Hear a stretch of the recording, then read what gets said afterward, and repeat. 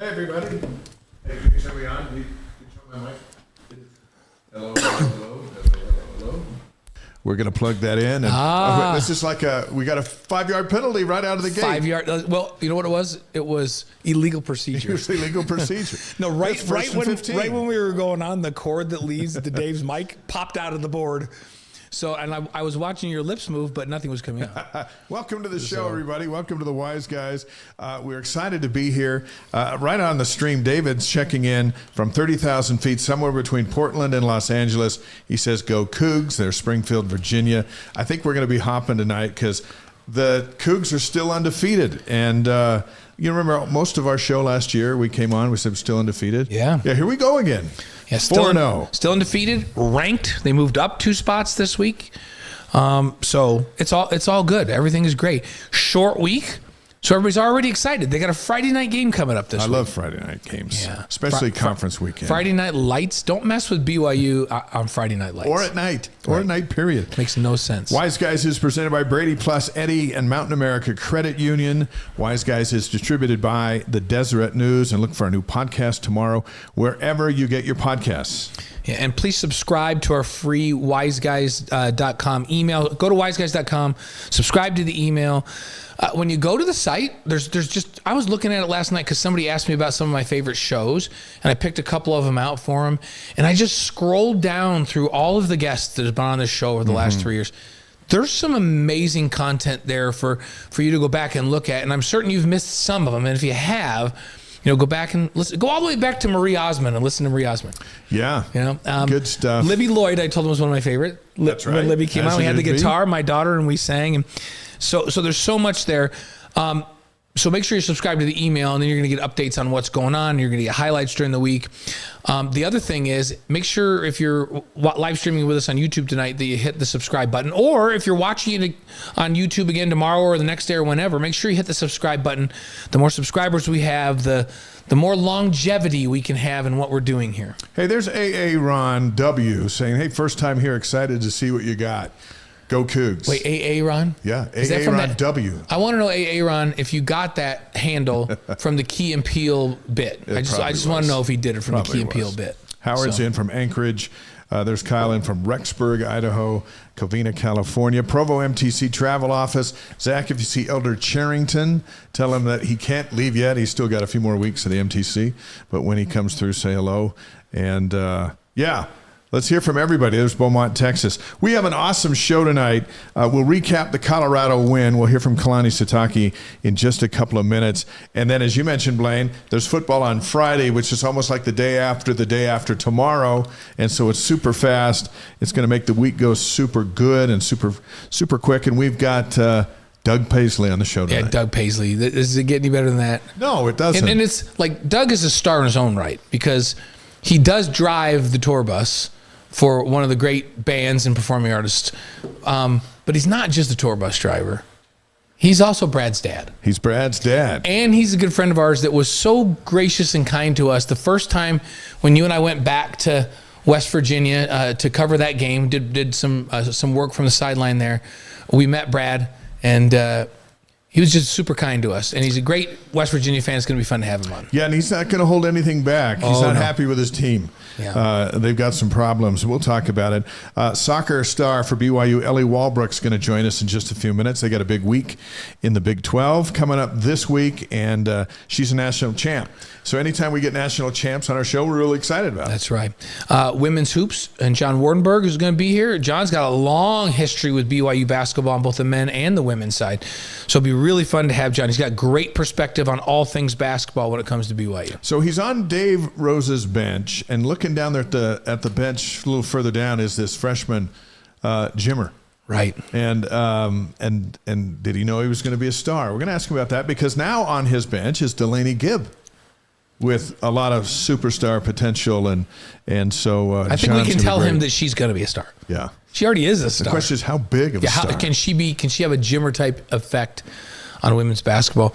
We're gonna announce our Relight Athlete of the Week. We love that feature, highlighting our great athletes at BYU and the great things they've done in the previous week. It's probably going to be obvious after we say the name, but until we say the name, I think you're thinking, hey, it could be one of 4 guys. or young ladies. Right. But football had such a big game that we'll give you the hint. It's from that. So it's you a can mull football that guy. thing over. As you think about that, we remind you Wise Guys is presented by Brady Plus. Brady Plus provides cleaning, food service, and packaging equipment, dispensers and service, and repairs with over 150 distribution facilities across the country and over 6,000 employees. Learn more at bradyplus.com. Travis Brady is going to join the show in a few weeks because BYU is going to open the season in his hometown of Las Vegas against Villanova at T-Mobile Arena. And so we'll look forward to visiting with him in a couple of weeks. And also presented by Mountain America Credit Union, helping people achieve their financial dreams for 80 years. Whether you're buying a home, planning for retirement, or managing daily expenses, Mountain America has the tools, technology, and guidance to help you succeed. There's a lot of information waiting for you at macu.com. We love Mountain America Credit Union. We also love Eddie, HR and payroll software built for small businesses. Whether you run a dental office in Spanish Fork, Utah, or a construction crew in Lehigh, Eddie helps you hire, onboard, track time, and run payroll all in one place. Simple, local, reliable, built by business owners who believe people come first. See how Eddie can serve your team at Eddie.com. We love that Eddie is helping us tell the BYU story in the unique way that Wise Guys can. Yes, we do. And by the way, Belo's on the stream. So he's chiming in. So and you guys all know, I think, that Belo to us it's my nephew. It's Brian Logan. And we had some technical difficulties last Monday, so we had to do the show on Wednesday. And he came to AFR, he came to our show, our Saturday show, and said, guys, you completely messed up my Monday night. He says, I always listen when I'm driving to see my son. So he's very glad that we're not going to make his Monday boring while we're on the air this week. We're going to do our best, Belo. And Belo does a lot of stuff with us over at BYU TV, and he also substitutes, fills in for you and I here on the show. We love Belo. Thanks for chiming in, Belo. Rick's in Scottsdale, Arizona. Trayson from Savannah, Georgia on the stream. I see Sylvia from Wisconsin. And there's Westlake Village, Clint in from Westlake Village, California. The Mackeys are in from Montana. We're going tonight. Maybe we'll set a viewing record tonight. That'd be really, really fun. Hey, and let's not forget about, we just mentioned it, but our Rallied Athlete of the Week, it's presented by Redmond. The secret isn't the salt. Learn what it can do for you at redmond.com. And as you said, that Lincoln sneaks in the stream from Lincoln, Nebraska. That's Nathan from Lincoln, Nebraska. And we remind you, Wise Guys is distributed by the Deseret News and Deseret.com, Utah's newspaper since 1850. Let's get to our headlines. And of course, being that the Arizona game's in 2 weeks, today we found out when that game will actually be. That's right. And where. And so we want to let you know right now. Well, where? Like what channel? Oh, I was like, what do you mean where? What channel? It's in Arizona. How can I watch this thing? Isn't it in Arizona? Yes, it's in Tucson. Okay. So Saturday, October 11th, a week from this Saturday, 6 o'clock Mountain Time, BYU Sports Nation game days on the air at 4 Mountain Time. The Cougars and Wildcats from Tucson. It's ESPN2. Primetime Saturday night, post-game show on the BYU TV app and ESPN Plus. So you very confused me, though, because I thought, and where it is. Did something happen that I don't know about? Did this get moved to a neutral site? What's going on? It'd be great if it got moved to Vegas, but it's in Tucson. There you go. Okay. And that's, you know what? We'll talk about Arizona as we get closer. But they got killed at Iowa State, and I thought they'd be more competitive. And now all of a sudden I'm thinking, you go down there, you play a clean game like you did at Colorado. Keep everybody healthy. You could win that game too. And then all of a sudden you're halfway through the season. Without a blemish. Yeah. So we'll see. What didn't we say there is no reason that BYU can't go into that Utah game undefeated before anything started? We did. And then we were still hopeful because, we have a true freshman quarterback. Yeah. And that's working out pretty good. Yeah. It's working out really, really good. So, poll watch, Associated Press, BYU's at number 23. Coaches poll, BYU's at number 23. This is a really interesting one. ESPN, you know how they have their FPI, their metrics analytics that predict. They give BYU a 35.7% chance of reaching the college football playoff. Texas Tech is just ahead of them at 36.1. So they're basically saying, like, in the Big 12, BYU has nearly the same chance as Texas Tech, who everybody's talking about like crazy, of getting to the college football playoff now. And if you go down and you do each game individually on ESPN's FPI, They have BYU winning every game the rest of the season. Did you know that? Isn't that interesting? Now, at Iowa State, it's only like 51-49% chance, and Texas Tech is also really close. I can still win you the White House. I was actually surprised at how much of a favorite they are over Utah at home. It's like, and it's not giving what do you call it? It's not giving odds, like it's not Vegas odds. It's just saying BYU's percentage chance to beat Utah with what both of the teams' records are up today. They say BYU has a 62.8% chance to beat Utah. Utah at 37.2. Let's go. We'll do that. So there you go. But that FPI app has BYU winning every game for the remainder of the regular season. Jonas is on the stream, and he said he's on the stream listening while biking in San Diego. I love that idea. So hey, stay in your lane and watch out for cars, but thank you for taking the wise guys with you. I'm amazed at where people take this show in from. Mm-hmm. Like airplanes, bikes, MTC, boats, MTC Travel Desk. foreign countries. Yes. Hey, we're here for all of you. We'll try to give you as many shout outs as we can. They're coming fast and furious tonight, but keep laying them on Jordan us. Berry's take, Dave? Got to get Hagen the ball more. He kind of looks like Captain Jack Sparrow when he runs, but way faster.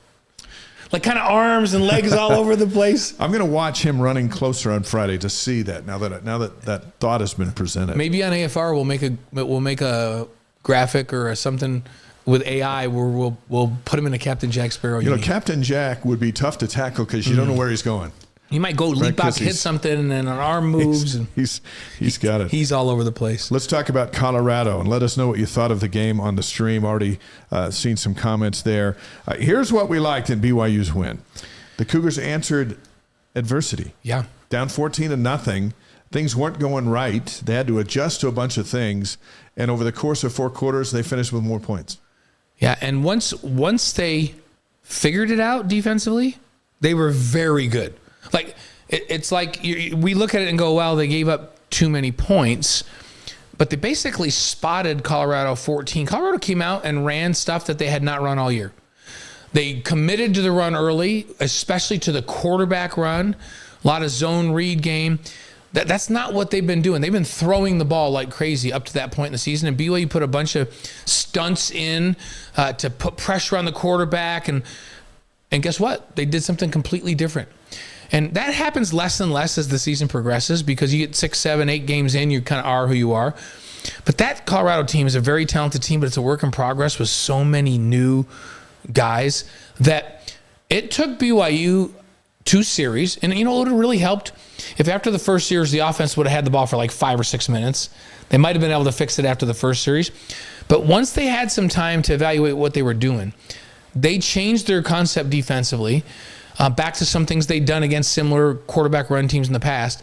They spied that quarterback with Kelly and with Glasker, and they shut him down. Yeah. 9 yards of total offense in the fourth quarter, Dave. The defense did their job. So they spotted him 14. The offense did enough to win. They looked smooth. They started a little bit slow, and then they moved the ball consistently after that. Bear Bachmeier looked great. Yeah, it was. I love the fact that they faced some adversity and they didn't panic. The young quarterback didn't panic, and all he did was finish with 179 yards passing, 2 touchdowns, 98 yards rushing on top of that in his Big 12 debut. He's the first quarterback to have about 10 total touchdowns and 0 turnovers through the first 4 games of the season. And today, Bear named the Big 12 Freshman of the Week for the second time. And as we're speaking, Eric's on the stream from Singapore. Trent is mowing the lawn and listening to Wise Guys up the road in Orem. Yeah. Be careful Just there. Focus on what you're doing there. Malian from Chino, California. Great to have you guys with us.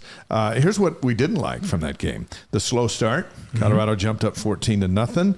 And we didn't like Will Ferrin's missed field goal. 55 yards, snapped his streak of 25 consecutive makes, which was a program record. Felt like they came in and kind of rushed it a little bit. And he pulled it to the left. But in a win on the road in a hostile area with a true freshman quarterback, that what we didn't like list is really short because you just got to go over and win and find a way. And the comments again on the stream are talking about that too. And so far, Blaine, you mentioned it a moment ago, Bear's getting it done. Yeah, he really is. You could have Tom Brady as the quarterback this year, and you'd still just hope to be 4-0. Right. They wouldn't have a better That's record. Where Bear is. Yeah. and with Will, Big Game Bill, he's still Big Game Bill. Yeah, he always and is. he just started on another 25 straight. And if he misses one every 26 attempts, we're going to be just fine, right? So, so Trent says he's going to be careful with his fingers. So Brett's in from Jacksonville, Florida on the stream. Good to have you with us, Brett. Yep. Okay, let's revisit your keys to the game. So number one key that you gave on our Wednesday night special was take care of the ball, and there were no turnovers. Check that, big baby. check. Develop the pass game. Bear was 19 of 27, 179 yards, 2 touchdowns, no interceptions. Yeah. So boom. We'll check that. That's good. Just very, very efficient. I think this week they take a jump in production in the pass game. So, and when we do AFR tomorrow, make sure you watch AFR tomorrow night. I'm going to make a prediction about what he throws for. I'm just going to tell him tonight. I think he's going to throw for over 250 in this game. Okay. So let's do it. Your third key going into the game, no major defensive breakdowns. Colorado's longest play from scrimmage was 27 yards. BYU had 2 players collide into each other on their fourth quarter touchdown pass, so they didn't have any home runs. Their big receiver, Sincere Brown, he had 1 catch the whole game. Yeah, they did a great job on him. And the collision came right after Tommy Prassis rolled his ankle. So, and I don't think it's a serious injury, but he had to come out of the game. And remember, Tommy Prassis is the starter, and he was going to share time this year with Johnny Cabella, who had an injury in fall camp. Johnny should be back in the next couple of weeks. But so now we're playing a couple of really young guys in the secondary, and they didn't play at the right levels, and they ran into each other on that one. On the touchdown throw, because I honestly thought that's typical BYU defense. They may get it down close, but when it gets close to the end zone, they're not going to score, and they're going to have to settle for a field goal.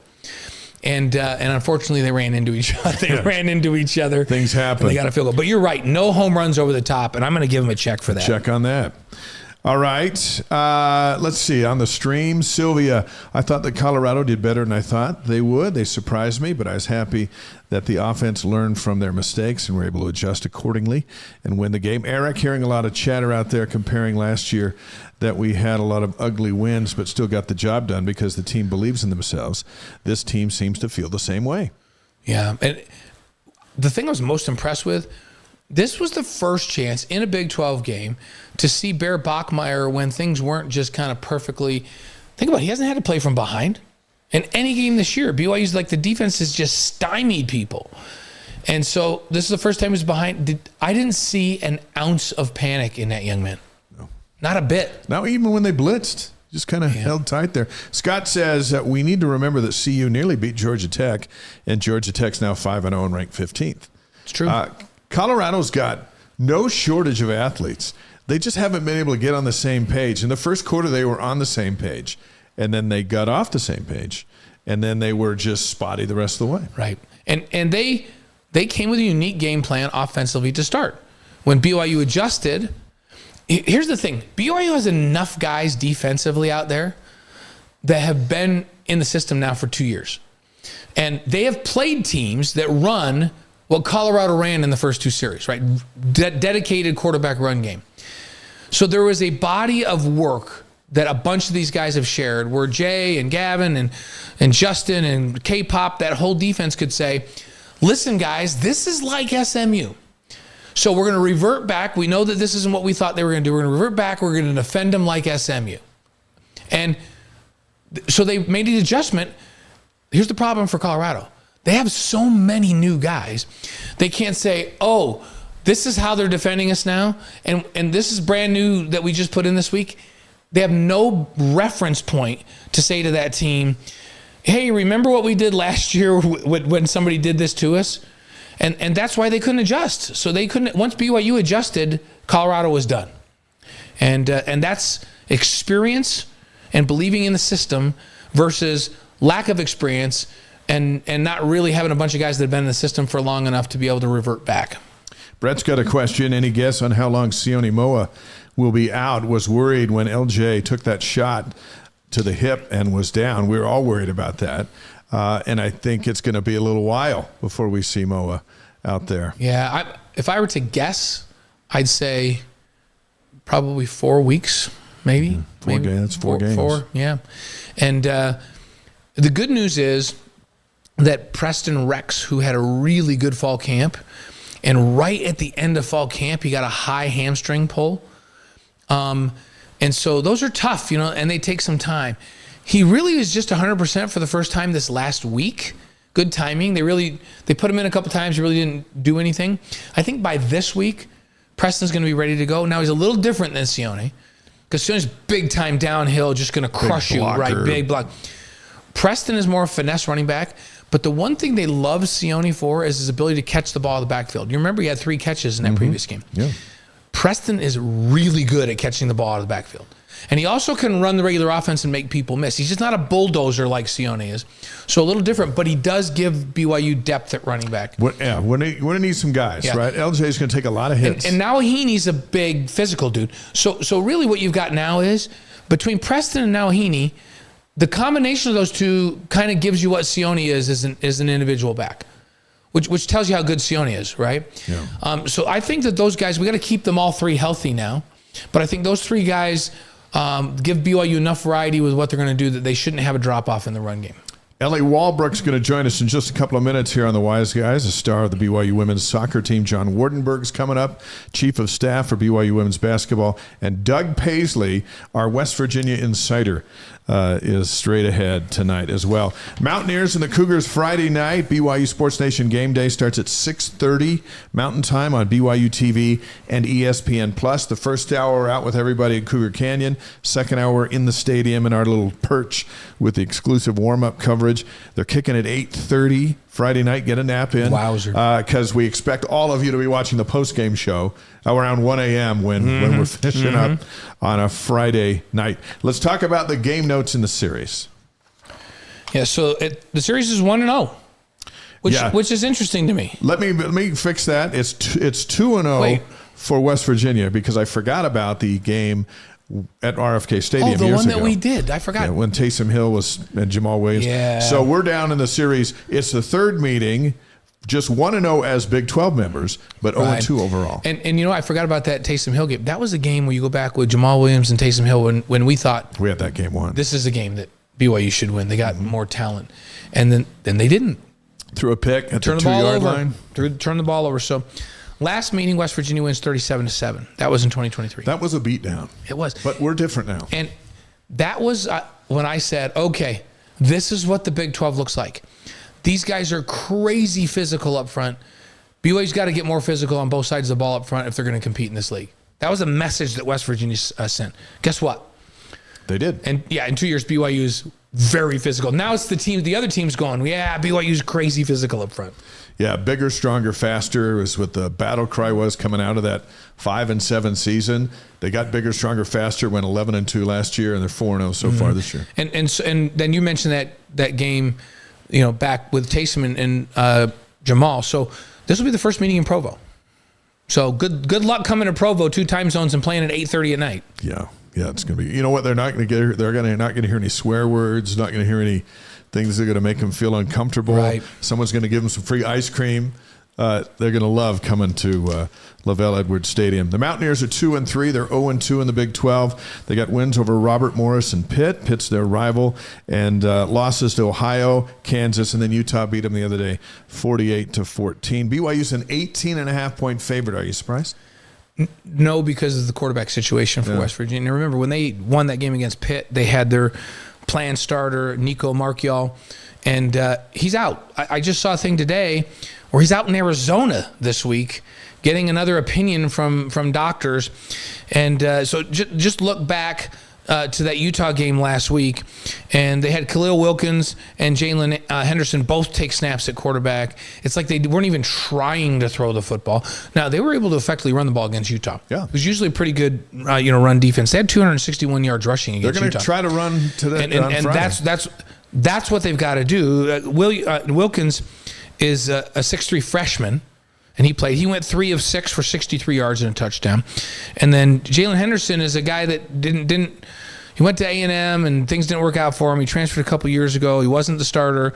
I mean, he's a senior without a lot of experience. He went 3 of 7 for 22 yards and no touchdowns in that game. But think about that. That's 7 to 13, or 6 to 13. They only threw 13 balls. And they were behind the whole game. So it's like, and they did not look good throwing the football.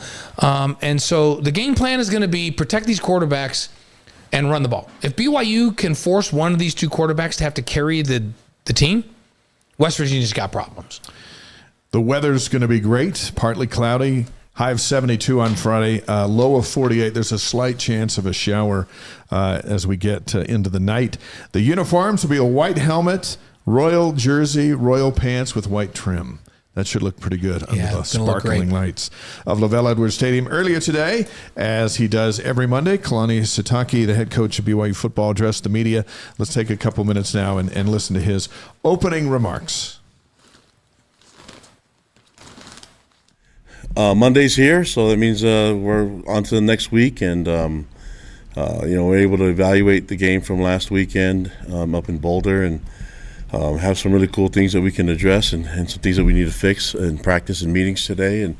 But again, I thought Colorado did a great job in their game plan and the strategy, their schemes, and so not that we were caught off guard, we just didn't play within ourselves, especially on the defensive side at the beginning.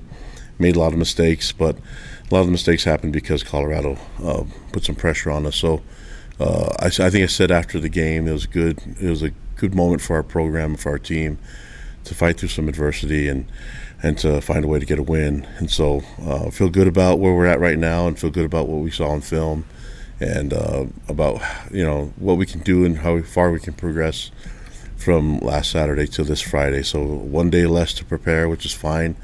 I'm excited to be back home and to play in front of our fans here at LaVell Edwards Stadium, and it's going to be a lot of fun, and looking forward to the matchup. West Virginia is a really good team and a lot of talent. I mean, they've been struck down with a lot of injuries, and so I think that hurts any team. We've been part of that happening to us in the program, and so I do know that they have an amazing head coach that is proven and has connections, and this is his second stint in West Virginia. So, and I admire him, and I've been around him and have had competed against him quite a bit, and I know he'll have his guys ready, and they'll get guys healthy and back again to play for him this week, and we're looking forward to getting their best shot. I just got to make sure that we give them our best shot too this weekend, and that's going to be the goal. But a lot of respect for West Virginia and them and their fan base, and obviously their coaches and their program. So a lot of talent we see on their team, but more than anything, we got to focus on us being assignment sound and making sure that we're doing everything the right way on our end. It's going to be exciting, and I'm glad that for me it's like a day earlier, so we can get to see if we can get those things fixed that we can control on our end, and be ready for that game Friday night. So I'll take your questions. Sitake this afternoon addressing the media. BYU is number 4 in scoring defense in the country. West Virginia's 90. BYU's number 22 in scoring offense. The Mountaineers are 98. And BYU's number 14 in time of possession. And West Virginia's number 129 when it comes to having the football more than they don't. And all that leads up to Blaine's 3 keys for a BYU win on Friday night. What's number 1? Yeah, we kind of foreshadowed this just a minute ago when we were talking about their quarterback situation. My number 1 key this week is BYU needs to stuff the run. I'm not talking about they can only give up 50 yards. But by the way, if they only give up 50 yards rushing, I don't know that West Virginia's going to score. Yeah, I agree. But I feel like 260 against University of Utah. BYU's better defensively than Utah. They're better against the run than Utah. I'd like to see them keep this West Virginia team at like 120 yards or less running the football, and I think they'll keep them under 100 yards passing. If they can make Henderson or Wilkins, these two quarterbacks, be the guy that has to carry this team by throwing the football, they're really going to have a hard time getting any points at all. Okay, so stuff the run. So number 2 is win the turnover battle.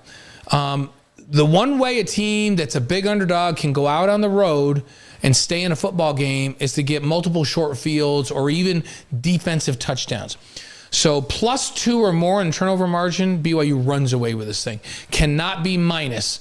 I think West Virginia, they'd have to be like +3 in my opinion. Okay. So, all right. And number 3.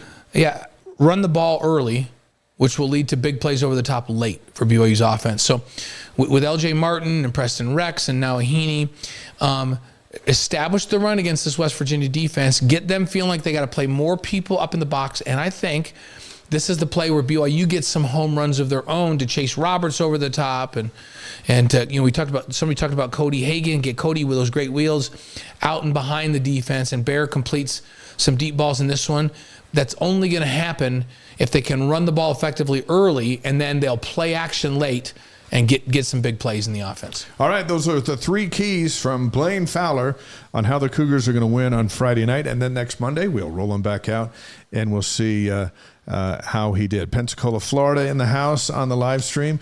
It's always great to have Floridians here with us, and we'll try to give you a shout-out as many times as you hop on. Let's do our Cougar Board question of the week. If you're not familiar with Cougar Board, it's the largest online community of BYU fans, thousands of posts every day. It's hopping when you're 4-0 and everyone's feeling good. Mm-hmm. This is from Seth J250, one of their insider subscribers. Blaine, when was the last time we had speed and size like Isaiah Glasker and Jack Kelly at linebacker? So it's an interesting question. When did we have a linebacker like that? Well, Fred Warner's is better than both of them. Yeah. Like Fred Warner's the best defensive player in the National Football League, right? So, but when is the last time we had 2 like that? I honestly think you can go back. I'm going to go back. The closest to this in recent years is when you had Dave Nixon and Brian Keel at the 2 outside backers, both NFL guys. And then if you want to go all the way back, the greatest outside linebacker combo in the history of BYU is Leon White, who I was just with last week, and Kurt Govea. Yeah. I don't know. They played like 20-something years combined as starters in the National Football League. Great players. So I'm putting these 2 right now with their skill set with those 2 groups. Because I'm thinking 2 outside backers like that, right? Yeah. And so it's going to be Leon White and Kurt Govea. And then it's going to be Dave Nixon, Brian Keel, and then I'm going to jump to right now with Isaiah Glasker and Jack Kelly. I'm putting those guys in great company. It's a pretty good group. Now, you've had some incredible individual backers. How about Kyle Van Noy? How about Morris? How about Rob Morris? Like, there's been some incredible individual, but 2 outside backers at the same time together, this is pretty special. That's our Cougar Board question of the week. More football coming up in just a bit. Our first guest tonight is the leader of the BYU women's soccer team, which is 6-3-1 on the season, ranked 16th in the coaches poll. She is the first athlete to appear on Wise Guys that has played in 2 college cups at 2 different schools in consecutive seasons. Our pleasure to welcome the great Ellie Walbruch to the Wise Guys. Ellie, how are you tonight? Hi, Dave and Blaine. How are you guys? Good. What's going on? Just living the life. You are living the life. We love having big stars come on our show, and you're one of them. National champ at UCLA in 2022, then back in the Final Four with BYU in 23. Those are 2 things players can only dream about, and you lived them. So how cool is that? What kind of stories are you going to tell your kids about that? Oh, I mean, you dream about being in a college cup team as a little girl, and obviously me being a part of not 1 but 2 is so surreal, and just thankful for it. And I think I worked really hard to get where I am, so just gratitude is all I have to really say. What did you learn from those 2 experiences to get that far in the season that helped you become a better player in regard to this season? What makes you better in 2025 that you learned from those 2 seasons? I think for me, just really excelling in your role. I mean, you're going to have a different role each season, whether you're injured, whether you're not a starter, whether you're coming off the bench, whether you don't even get on the field. I think I have had a lot of different roles throughout my career. At UCLA, I got some good minutes, learned a lot from the girls above me. And then coming here to BYU, had a great senior class, and I really just earned my role of coming off the bench. I mean, obviously I wanted to be a starter. I wanted to do all these things and had these big goals for myself, but I had a great group of girls ahead of me, and I learned from them, and I just said, I'm going to really excel in my role, and I did. I mean, I had 11 goals off the bench, and now to being a starter, being a leader on this team, I just have learned I've been through all of them, so I can really help girls under me who's kind of been through those roles. So I think being through all of them has been huge for me. When you're the leader and you've also got to be the goal scorer, which you are on this team, that requires a lot. That's so much more than just coming in and giving solid minutes, isn't it? Yeah, it is. It's a lot of pressure, but pressure's of privilege, and I love having pressure on my back and helping my team succeed. Getting the 3 points and obviously getting goals along with it is huge. But yeah, I love scoring and I love leading this team. We hear the pros and cons about the transfer portal from coaches and administrators all the time. From an athlete's perspective, how do you feel about the ability to move around without having to sit out a year? Yeah, I mean, I like it. I mean, it really worked out for me. Obviously, I've known Jen and the coaching staff since I was a little girl, being local from Highland, Utah. And ultimately, I ended up going to UCLA, but having that opportunity to transfer back to my hometown school was a huge game changer for me. And I think if it's used the right way, it's huge. I mean, I don't really like how everyone can hop around 3 to 4 times. I mean, you see girls in women's soccer doing that all the time too. But I mean, if they're happy with it, they're happy with it. On the stream at the moment is Matt Walbruch, who says, "Walbruch, let's go." So we believe you. Shout out, Dad. Shout out, Dad. It's always good to have Dad on the stream. BYU soccer star Ellie Walbruch is on the Wise Guys, presented by Brady Plus, Mountain America Credit Union.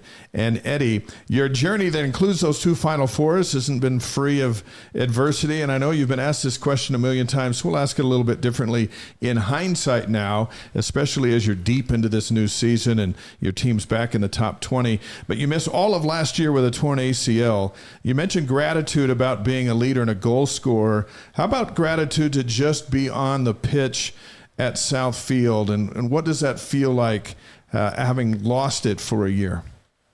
Yeah, I mean, it's always special to get on Southfield, putting your jersey on, but coming off an ACL injury, well, it's that much more. I mean, going out for a year you don't wish that upon your worst enemy, and you never think an ACL injury is going to happen to you until it does. So unfortunately, I had an ACL, but I've learned a lot about myself, who I am outside of soccer, how I can lead outside of soccer, and kind of having these qualities that I can find myself outside of soccer. So stepping on, I think I've been a better person. I've become a better player, and just really thankful for the time and energy my teammates put into me while being out, my coaches, my strength coaches, everyone a part of my recovery has been huge because I've stepped on and I feel like a new person. I feel better. My knees feel great. So I'm just super grateful for everyone in my corner. And yeah, it's been a blessing to step back on Southfield. On the stream, just for Blaine's question here, Vern from Italy checking in. Love our soccer team. They should come and play over here next summer. How about that? I love it. I'm on it. I want to go to Italy. Give me some. I want to go cover that I want to go cover yeah, it. We'll go cover that. Maybe David and I'll do Wise Guys from your tour of Italy. But hey, you just mentioned Southfield. Dave mentioned Southfield. The atmosphere there, you've played in the Pac-12, now you've been in the Big 12, you've played in the NCAA tournament all over.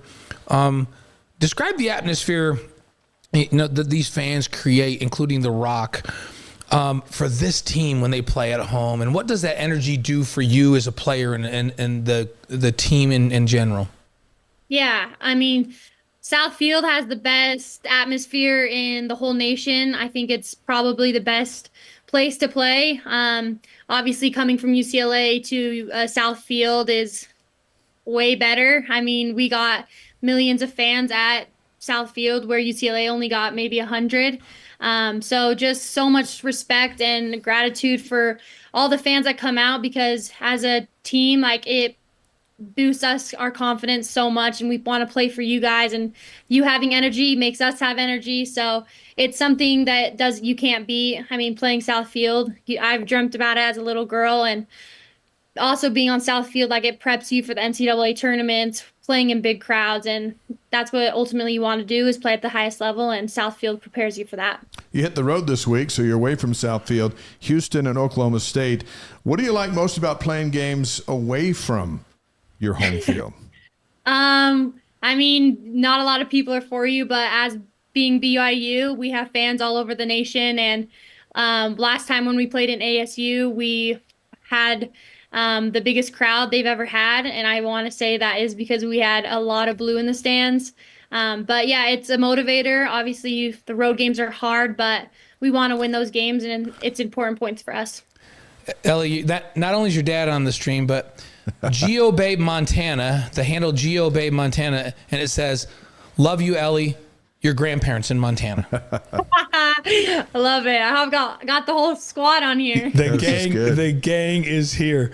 So that's pretty fun. I want to ask you a question about Jen Rockwood, and she's a great friend of Dave and mine, and she's a friend of the show of Wise Guys. She comes on, and when she comes on, I always say, I love it when Jen comes on because she just doesn't back away. And when we say, what's your expectation? And she always says, our expectation is always, we're going to win the Big 12, and our goal is to get to the College Cup. And we go out to win national championships. How does that impact you as a player and the team to have a coach that just says, here's the bar, it's way up here, this is what our expectations are? Yeah, I mean, I think that's a big reason all these girls come to BYU is because there is such a bar, there is such a standard here, and we all want to be at that high standard. We want to compete in Big 12 championships. We want to compete in national championships, and that's why we're all here. And I think having a coach that believes in you and believes in the team that's something we're capable of is even better. And I mean, our coaching staff has all the belief in us that we can do good things and big things. And I think ultimately the team believes the same thing. So having her be that leader for us is huge. BYU junior Ellie Walbruch, one of the top goal scorers on the team, is on Wise Guys, live on YouTube, Facebook, Twitch, and wiseguys.com. Cougar fans from all over the world are on the stream tonight, from Singapore, you heard Italy there, and all over the United States, including your family, which we love. So let's talk about goal scoring. But more specifically, Ellie, let's talk about penalty kicks. What is your strategy when it's just you and the goalie, and which person has the most pressure on them? You or the goalie in these big moments? I think I have the most pressure. I mean, we're supposed to make it. Goalies are, if they make a save, that's huge credit to them. I love penalty kicks. I practice them probably every day, every time after practice. I've just gotten a routine at them, and they've worked for me so far, and I love them. I love taking them, and we just got to get in the box to get some more. So look, when you're approaching the ball, though, put us in your head. Do you already know where you're going to kick it, or are you waiting for the goalie to lean one way or the other? For me, I already know which way I'm going, and if I put it perfectly, I know the keeper's not going to save it. If it's a little off, keeper has a better chance, but for me, I just say, nope, I'm going left, and if it's a good kick, it's going in. So you have, how many different penalty kicks do you have in your repertoire? Like, do you have like, I'm going right or I'm going left, or do you have, I'm going right and low, or I'm going left and high, or I'm going to start where I'm going to look this way and I'm going to come back that way? How many different iterations of your penalty kick do you have in your repertoire? I would say probably three good ones. Three good ones. I think it's a big mental game. Obviously, you should be making them, but you also have that my little voice in the back of your head. But for me, it's all about routine. I practice them. I have my same routine every time I go up. I go up and step up and take one. So, yeah, I love them, and it's a pressure moment. But once again, I love pressure on me, and it's been fun. All right. Speaking of pressure, let's put some on you right here. Yeah. Time for 5 questions presented by Strategy Square. Find how Chantel can help your social media get a boost for your company at strategysquare.co. We're going to ask you 5 questions, and you just tell us what comes to your mind right out of the gate, okay? Yep. And Okay, sounds good. I added a bonus one too. So we're gonna do 6. But All right. Okay. Number 1, what's your favorite sports movie? Ooh, Rocky. That's a good Rocky. That's old school, Ellie. I like that. Old school. Yep. What's your favorite singer or band? Coldplay. Love Coldplay. What's the favorite song from Coldplay? Sparks, Yellow. I mean, that's more like downtime. Like if I'm talking like uptime, I'm like NBA Youngboy, some Rod Wave in there. I like some rap. I've got some rap in me. Nice. I love it. Okay, can we go back to Rocky for just a sec? 100%. So we love Rocky, but there's like 6 of them. Oh, yeah. So is it Rocky 1, or did you like Mr. T in 3, or was it? I thought they did a really good job in their very last one. I know as the they last wrapped one it all was up. good. I think for me it's the number one, just old time, old story. Number one is for me. Running the steps up to the museum in Philly, running through the 100%, meatpacking exactly district. right. Yeah, see, I'm with that too. Did you like the Creed, like the kind of the follow Spin-off? up? Yeah, that the was spin-off. pretty good. That was Yeah, I pretty like good. the Creed. I like Michael B. Jordan. Yeah, he's something. He looks he does look good in that. I got to say. So, Rocky. Yes, 100%. Now the Rocky music is that not the best sports music? I loved Hoosiers. Yeah. And all that stuff. And every sports movie's got something good, but the Rocky theme that sticks with you. No. Motivating. Motivating. There you go. Okay. So Rocky, and then Coldplay. Coldplay's a good. Yeah. But I like how she threw in there. But I do have some rap in me. So the New York kid growing up as an athlete in New York, I got a lot of rap in me, and Dave makes fun of me. There's a lot in there. We're trying to get him the right help to get some of it out. Trying to get some of it out of me because he thinks I should like AC/DC and some of this nonsense. That's right. But- okay, next question. Question 3. Your favorite breakfast cereal? Ooh, to be honest, I'm not a big cereal fan. I really can't stand the smell. Like, I don't like the smell of it. So, I mean, does oatmeal count? I like oatmeal. Yeah, we're gonna count it. It's not really a cereal, but we're gonna count it. Count it. Wait a minute. The smell, is it like when the milk hits it, Yeah, or is just this like the milk. Yeah, I don't know. Just the smell of it. I can't stand it. So what's your perfect? If you've got a midday game and you're gonna have a breakfast, is gonna be your pregame meal. What's it gonna be? Probably some oatmeal with some peanut butter, bananas on there. Classic. So good. Yeah, there you go. You get your So carbs. let me get this straight.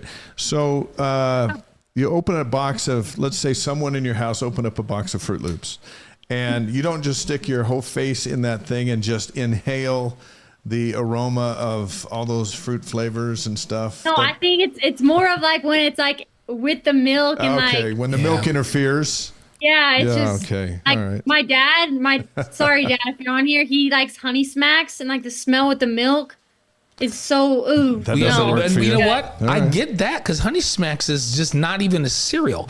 Because once Honey Smacks gets milk on it, it feels like little baby sponges. It's like not Yeah, good. ugh. It's not. I don't good. like it. And the smell is rancid. Yeah, but see, Yeah. Dave and I are talking about good, healthy cereals Like like Fruit Loops, Captain Crunch, Apple Jacks. We're talking about the staples of life here. So My wife brought home a bag of Pops. Remember corn Pops? It was Yeah. fantastic. Yeah. Some tricks. So, Oh, yeah. Now you're- tricks are for kids. That's our love Yep, language. and sometimes for tricky rabbits. But anyhow, okay. Okay. So we're gonna let you get away with oatmeal because you're a star, and so it's gonna be oatmeal. Okay. Yeah. Your favorite class at BYU? Favorite class. I'm in a photojournalism class right now, and I really loved it. It's been really good. It's So- cool to see the opposite side when you're off the field of people like taking photos and that kind of stuff. So it's been fun. So are we going to see you out at the baseball stadium taking pictures this spring of the Cougars? Is it that kind of photojournalism? Is it more newsish? It's that kind of photojournalism, but well, my hopes. I want to be a sports broadcaster, so maybe hopefully doing sideline reporting at one of those games. Why don't you come and co-host our show over here once we I'm get to the there. off Let's season? go. Hey, by the way, your dad could not help himself but to chime back in on the stream and say Honey Smacks are amazing. I think Matt's onto something, Yeah. but I understand. No, you know all right, Ellie, in the postseason, we're going to have you come co-host the show with us. Okay, Yep. let's Hey, make I'm that happen. there. You can come in and you can do it with us. You can help us do the questions and interview somebody for us. That'd be great. Well- So maybe bring Jen back in and have her interview Coach. Oh yeah, and then you can ask her like why this and why that. Yeah, exactly. 100%. Put Okay. her on the spot. Yeah. So here's 5A because I'm going to ask you 5B. 5A is, what's your favorite BYU moment? 100%. I mean, I've got two. I think first one is the UNC game. I mean, I don't think anything can top that. Coming back 3-0 down with the snow, straight movie. But also I think scoring 2 years ago in that UCLA game when my Oh, yeah. former team here on South Field. That was huge. And correct me if I'm wrong, they were number 1 in the country coming into that game, right? They were. And they were 1. We were 7. Yeah. And correct me if I'm wrong, we spanked them. Am I right? We spanked them 3-1. And it wasn't very much longer after that. You were number 1, right? BYU was number 1 that season. Yeah. Okay, so pretty cool. here's my 5B. Since your dad Matt is on the call. What's the favorite bit of advice, the best advice your father Matt has ever given you? Good one. I think for me and my dad and my mom, we have this saying. It's called being undeniable. Being so good that people can't deny you. That's something that kind of has stuck with me. Throughout college, throughout high school, throughout club, that's been huge for me, is being undeniable. So if you see when I wear my wrist tape, that's something that's on my wrist. My saying is be undeniable. I love it. So it's like, hey, you're not going to leave it up to the coaches. You're going to be so good and so dominant that they're not going to have any choice but to put you in a position where you got to score, or you got to be the person, right? 100%. All right, while we're watching you beat Houston Thursday on ESPN Plus, we can anticipate 2 goals from you. Does that sound fair? That's 100%. I love it. Let's go. Okay. That'll be fun. Mark it down. I need that good juju. Okay. You got it. Well, we always give good wise guys karma, and we're going to say this to you. Our advice to you for the game against Houston is just go out there and be undeniable. That's what you need to do. Love it. Let's go. The great Ellie Walbruch, we're so glad to have you on our show, and we look forward to having you many times again in the future. But let's take care of business this week. This is a big road swing for you in the Big 12. We're proud of you. We love watching you play, and we know that Southfield does too. Thanks for giving us a few minutes tonight, and good luck against Houston on Thursday. We'll be watching. Thanks, Dave and Blaine. Appreciate you guys. You guys are the best. You bet. And have fun. Don't forget to have fun. That's my advice to you. I love it. Thank you, guys. And we'll see you in the off season right in that chair next to Blaine. Yeah, right all right. here. Hey, reach out anytime. I'm there. Thanks, Okay, Ellie. Thanks, Ellie. All right, that's the great Ellie Walbruch. Her and the Cougars going to play Houston, and then Oak State split at home this last week. Mm-hmm. The Big 12's tough. I mean, BYU's picked to win it, and they're good enough to win it. Yeah. And they're a legit top 20 team. But you know what? As we saw in football last weekend, Kansas is at home. They should beat Cincinnati. Yeah. Well, Cincinnati came in. Kansas made some mistakes. The Bearcats beat them. Yeah, the margin for error is not very big in this league. The difference between the teams that are kind of the middle toward the bottom and the teams at top, like especially in football, it's a couple of turnovers and you're not going to win. And I don't care if you're Iowa State, Texas Tech, BYU, Utah. You turn it over a couple of times and you don't get some turnovers, you can lose to the teams at the bottom of this league. There's just too much talent on those teams to not play clean. And so, yeah, it's the same in soccer. Did you notice who just came in? Yeah, I do. The Chief of Staff. That's right. John Wardenburg's going to join us in a couple My old buddy minutes. is here. And we got a lot of questions. We have a lot of questions. He's for in him. the green room. He's got a lot of answers. First is we're going to ask him if his granddaughter's team won their soccer game. That'll be the first that's thing very we ask. important too. So Hey, we remind you, join Blaine and David Nixon and myself tomorrow for After Further Review. We'll break down the Colorado game. We'll preview Friday night's game against West Virginia. We stream every Tuesday at 5 Mountain Time on the BYU TV app. Then it stays there, and you can watch it as many times as you want. Let's take a moment. What did we learn last week? There are a couple of notable games. Arizona State beats TCU on a field goal. What did we learn from that game? well, back-to-back weeks, Arizona State wins on last-minute field goals, and it tells us that Arizona State they're not running away with games. You know, they were one of the favorites to win the league, but they figure out how to win games at the end, which is a very admirable trait for a team to have. They believe that they have a chance to win. They believe in their quarterback Sam Levitt to get them down the field and get them in position to be able to win it. And now that they've done that a couple of times, they get another tight game, they're more likely to win it because they've done it, right? They play Utah in 2 weeks. Right, and We'll see. TCU has also got great talent. Both of those teams have speed. And so Arizona State's still formidable even without Scattaboo. When they had Scattaboo and Sam Levitt and Tyson out at wide receiver, they were running away with games. So there's not as much margin for them this year. We were just talking about that. But they're still a very good football team. Cincinnati, as mentioned, beat Kansas 37-34. That was a surprise. BYU goes to Cincinnati, and you know what? You're going to have to take your A game. I don't even know what to make of that. Like that to me was the biggest surprise in the Big 12 last week. Iowa State routed Arizona 39-14. BYU will be in Arizona next week. That surprised me. I thought Arizona had a little bit more than what they showed. Yeah, I was surprised that Arizona did not move the football more. I figured Iowa State would move it, but I know they're physical and all that. But I thought at home, Arizona with Fafita at quarterback would move the football better.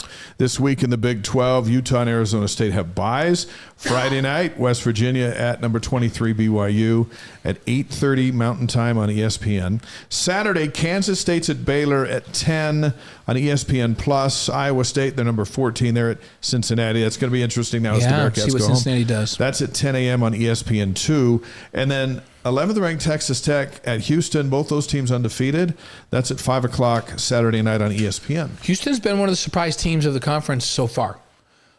Playing much better than anybody can credit for. So now we're going to see. Now we're going to play Texas Tech, who's really explosive. Oak State's at Arizona, 1 o'clock on TNT. Colorado goes over to TCU. That's at 5:30 Saturday on Fox. And Kansas is at UCF at 5:30 Saturday night on ESPN2.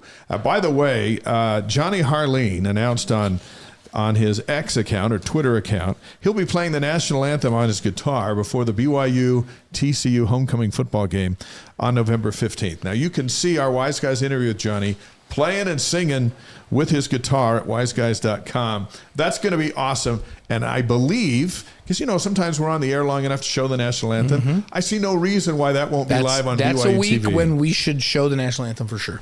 Johnny Harleen and his guitar at LaVell Edwards Stadium. Our Relight Athlete of the Week is presented by Redmond.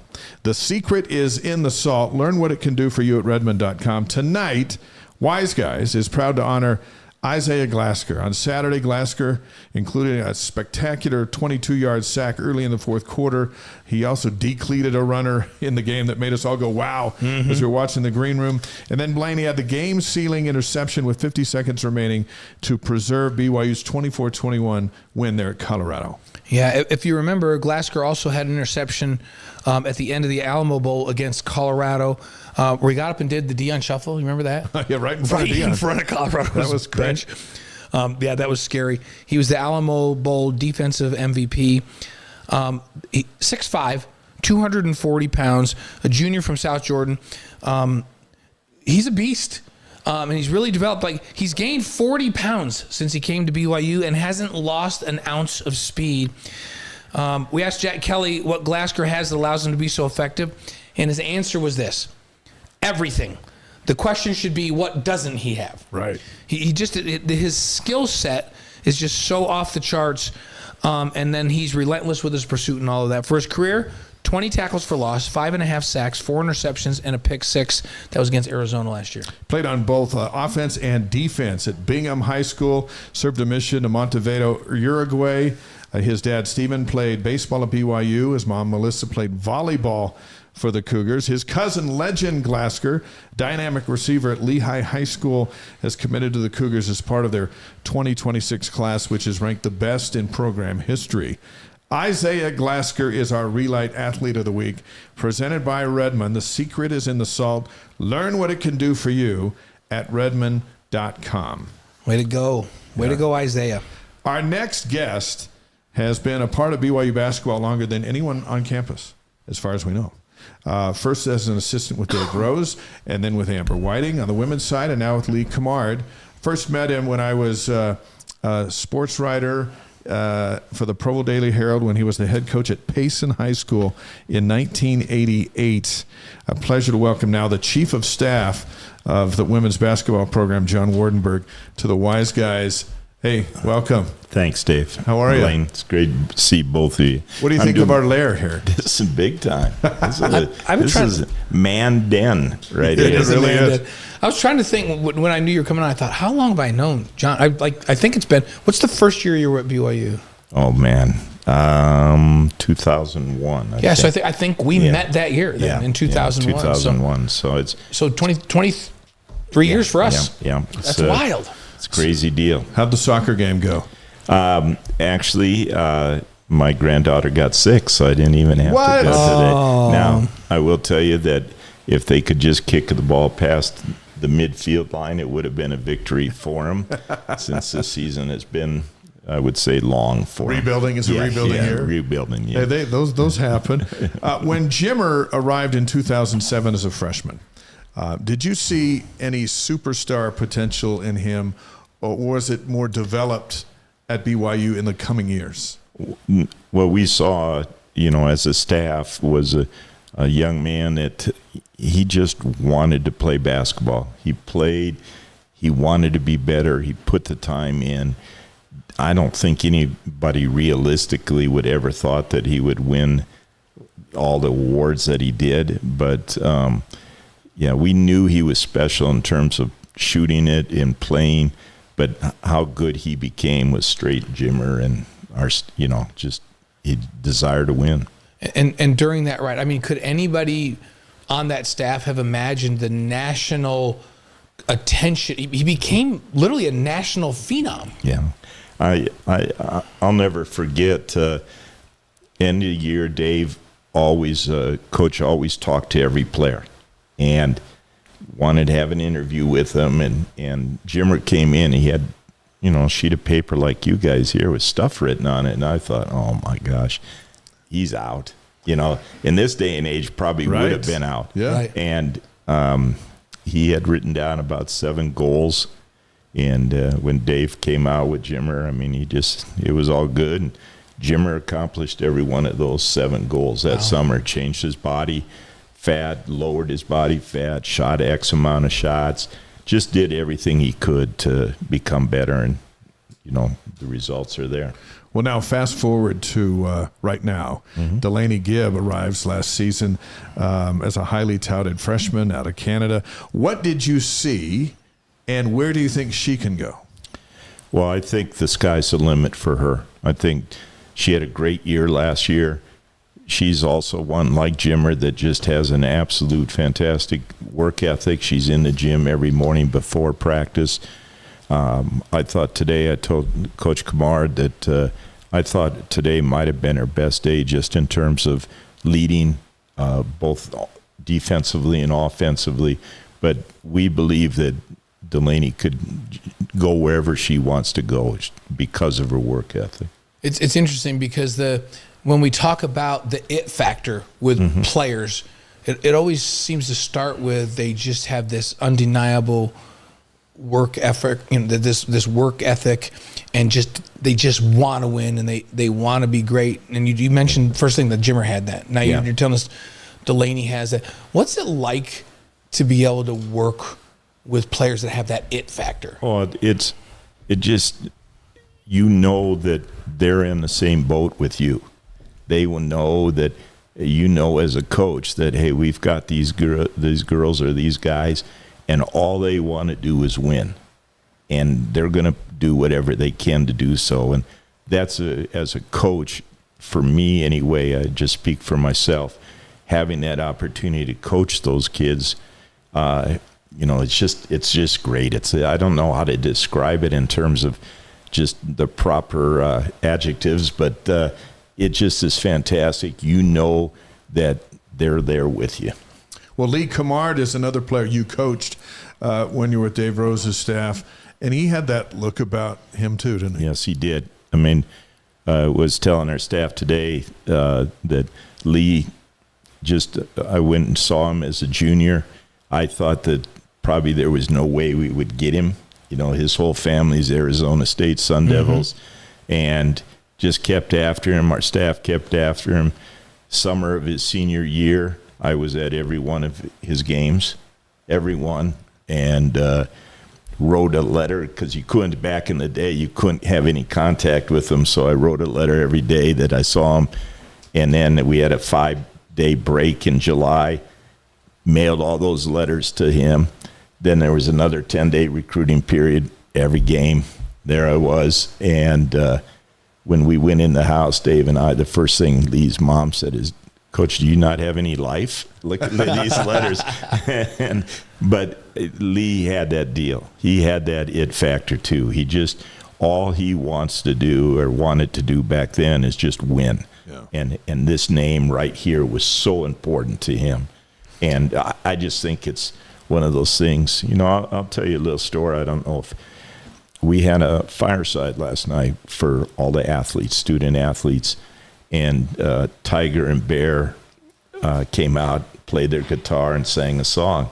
And when Bear walked out, I was like, dang, that's not the greatest body in the world for a quarterback.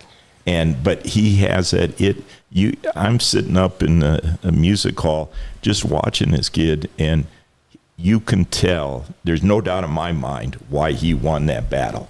He just has this magnetism of, I'm here, let's go. And by the way, they did a great job singing. Yeah, he's good on the guitar too. It's crazy. Yeah. I remember back when I was covering the team when Lee was playing, an assistant coach said to me one time, Lee Camard. And I said, what about Lee Camard? He goes, we got to deal with Lee Camard. And I said, well, how do you deal with him? He goes, I'll tell you what, that kid is the toughest, like thin. And he goes, wait a minute.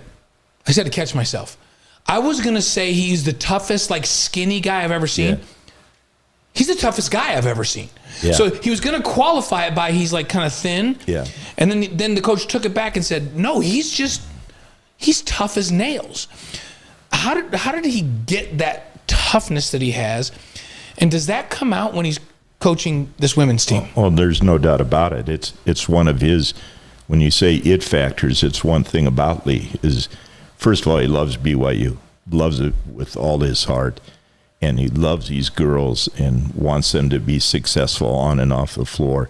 But that toughness carries over that you're talking about. He is going to work and work and work to make this program successful. And you ask why? Well, I'll give you my opinion. He has like 8 brothers, and I think they probably beat the snot out of each other about every day. And so Lee had to survive. He was the youngest, if you guys can imagine. Yeah. So, a lot of them are baby, but sometimes they have to be the toughest. Yeah.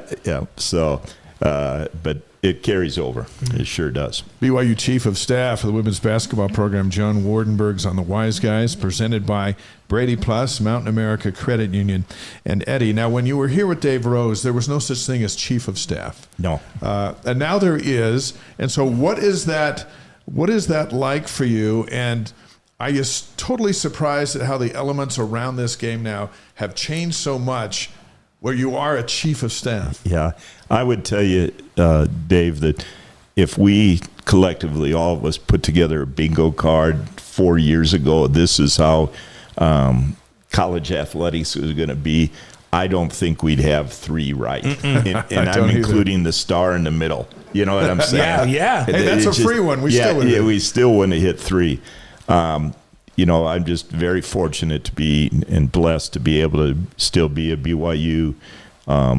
You know, obviously I'm a little bit older, but, you know, my goal is to help our staff, our players, Lee, in whatever form I can, and continue to build this program. I have a lot to give, feel great, and think I can be a tremendous help to them.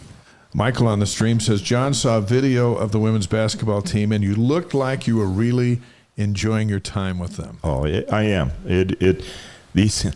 These girls. Now I have 4 sons, 10 grandkids, 2 more on the way, twins, but we've never had a lot of women in our lives. And asked my wife, and I told her about a year ago that if I actually had been coaching on the women's side, I'd probably be a better husband than what I was. But these girls it's every day. It's just something fun. They have great demeanors.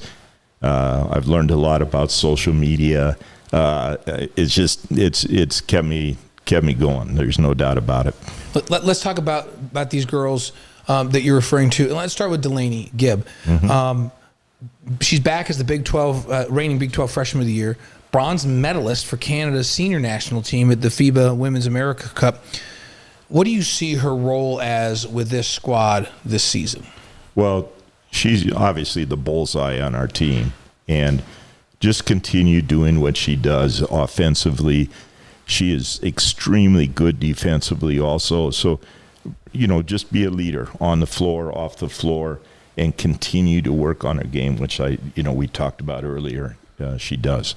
Isn't it interesting that freshmen as great as they are, except for Bear Bachmeier to this point because he hasn't had any turnovers, but freshmen as great as they are, once they elevate to this level of basketball, taking care of the basketball becomes such a thing. And I know it got under her skin a little bit last year. Yeah. Leading score and also the offseason was a lot of that offseason focused on, I don't even know what to cut down on turnovers. Is it just age and experience or minutes? Well, I think that, Dave, that's a great question. And as we evaluated our team last year and our season, we had, I think it's 7 games under 10 points and 5 under one possession. And Yeah. and 2 of those games we led with a minute to go. And it's been a huge issue for us over the last couple of years is turnovers. And I think Delaney has committed herself to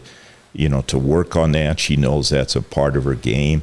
But as a collective team, that is an area that we've identified that we have to stop giving the other team, extra possessions. We need those possessions ourselves. Yeah, they're too good. Yeah. They're too good. The upper echelon in the Big 12, when you give them the ball 20 times, Yeah.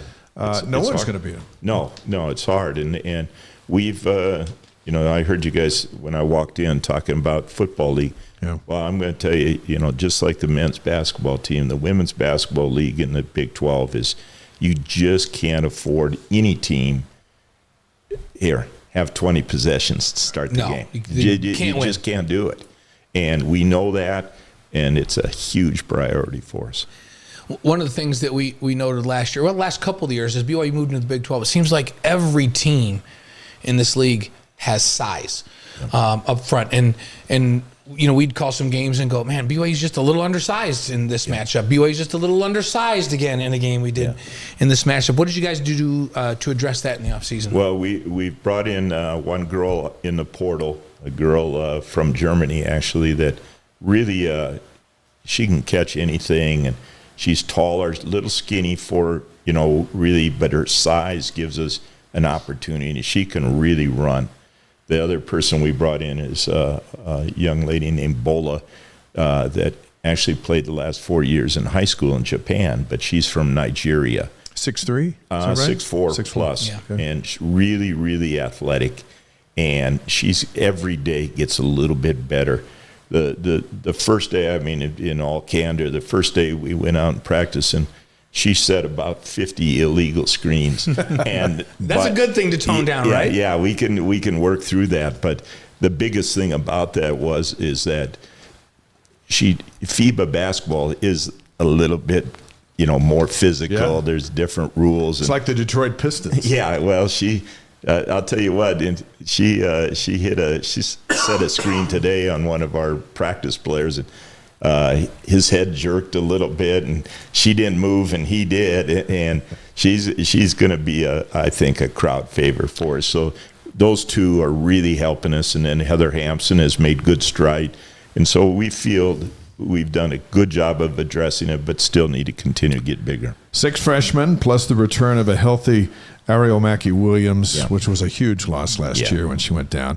And one of our favorites, Mariah Hudgens, the Taylor Swift super fan of the free world. That gives you an influx of 8 somewhat newcomers. Yes. And, we are so proud of the fact that the girls that were on the team have remained, pretty much. And but our fans are going to love these new girls that we have. I mentioned Lara, the girl from Germany, and Bball, the post, but you add to that a girl named Sydney Benali. Yeah, Jess on the stream, just to jump in there, wanted to know, Coach, what effect will the incoming freshman, the likes of Sydney, have on the women this year? Yeah, she is, her feel for the game and ability. She's a 2-time Gatorade Player of the Year out in New Mexico, and we were really, really fortunate to get her. A Native American girl who's won the Native American National Tournament the last 2 years. She is a superstar, quite honestly. The girl from Montana, Braden, had friends up in Montana that just couldn't believe that she was coming to BYU to play with Sydney Benali. Really? She is really, really just has an unbelievable flair for the game. And then the pickup late we got with Olivia Hamlin from St. George, strong, just has a knack for scoring the ball, and we're really excited about the addition of these new players. And it sounds like you talked about the bigs, Lara and Bolo. You mentioned with both of them, and they can both run the floor. Yeah, and that's part of what Lee wants to do, right? No doubt. I mean, we're trying to get stops and go, and if you're going to play like that, Dave, to go back to your question, we have to be able to play at a high rate, but take care of the ball. And so we believe we're much deeper than we have been over the last few years. There's no doubt about it. Well, one of the things the last couple of years too is the two main guards were just so young. Yeah. And so at least now with Delaney with a year of experience and then the off-season experience with the Canadian national team, there should almost be a shift of a guard who might be new, but the guard next to her isn't. Yeah, that is absolutely the truth. I mean, Amari and did a great job, but it's hard. Yeah. It's a hard deal, and get old, stay old is a old adage in every sport, and it's true in basketball too. And it sure pays off. Yeah, get old and stay old. See, we're all three getting old, and we're trying to stay old. And Sydney sounds like she's got good handles. Like she's a great ball handler. Yeah, she'll play point for us a little bit, play off guard. Olivia will do both also. And Ari, it was a huge loss for us over the last couple of years, and she's back. And Mariah off the injured reserve too. Well, both of them are really going to contribute for us. It all starts with Western Colorado, which is next month, by the way. Yeah. In a couple of days, it's going to be this month. Let me just share with you, we have 3 weeks. We actually have a closed-door scrimmage Friday the 17th against San Francisco in San Francisco, and we'll fly back that night because we would have had an absolute uprising if we would have done that game on 18th. Some little football game going on. Yeah, you can't be messing around with the 18th. That's for sure. The Big 12 opener is December 20th at UCF, and there's a lot of basketball in between the scrimmage and the opener and when you get to conference play. How do you feel about this schedule that you helped put together? We, it came together really nice. We love the fact that we're pretty much either a Wednesday or Thursday and then a Saturday game. And that gives us a little bit of break. We're not playing like 2 days or whatever. We're not playing on Mondays where we don't get to practice on Sunday. And then we're going down to the Virgin Islands, which will be a great tournament. And we really like also, we're going to play in the Delta Center, which is, I think, a few years back. But we're just trying to get our girls opportunities to play in big spaces. And I think this schedule, to be very candid, is one that's going to prepare us for the league. There's teams that are going to press us, just like West Virginia does. There's teams that are going to try to throw the ball into the post, like TCU with the big, and and teams that run motion, like Utah does. So we hope that this will prepare us. No doubt. Well, as the chief of staff to book the Virgin Islands, nice job. Yeah, that's maybe. I'm sure your wife said that might be the feather in your cap for everything you've done at this point. So, it's crazy because we just finished scheduling, the game times. A couple game times are up in the air, but we're already working on next year's schedule. We have about 3 more games to schedule, and so we're excited. We're excited about the future. We're excited about the present, and love these girls. You didn't ask. I'll tell you one other person. Right. When you ask about our team, Brinley Cannon has just worked hard, and she has been a special, surprise for us in how hard she's worked, and she's going to be a helper. Cambry Barber, other returner, battled a foot injury all summer, but she's back at practice now in full speed, and those two girls right there are going to be integral parts also of this team. Fantastic. Sounds good. Sounds like we're ready for 5 questions with John Wardenburg here on the Wise Guys. We're live on YouTube, Facebook, Twitch, and wiseguys.com all over the world here tonight with the Chief of Staff of the women's basketball program. 5 questions. It's presented by Strategy Square. Get more info at strategysquare.co. You ready, Blaine? Here we go. Favorite sports movie? Oh, man. Yeah. Hoosiers. Classic. Yeah, I figured. Same as Marie Osmond, by the way. That was right out of her mouth. Marie picks Hoosiers. Her and I are tight. Yeah, Yeah, I know. Well, she's married to a basketball guy. Well, so.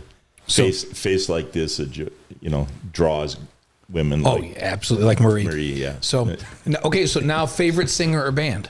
Not named Marie Osmond.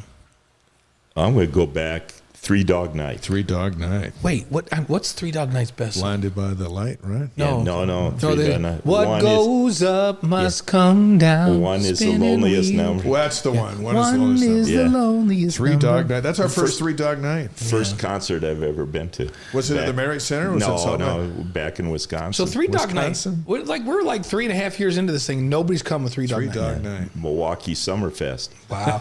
Summerfest in Milwaukee. Oh, that is it's like huge. one of the greatest. You're not a Brewers fan, are you? Before we go any further? No. Okay. No. Good. I did notice your Cubs socks you got. Oh, Yeah, He's a Cubs. we're in the He's through playoffs tomorrow. I Cubs. got to put the Yeah. socks on. I'm telling you, Summerfest in Milwaukee is one of the great summer music and food festivals of all time. It's unbelievable. Right on a lake, and it's just About five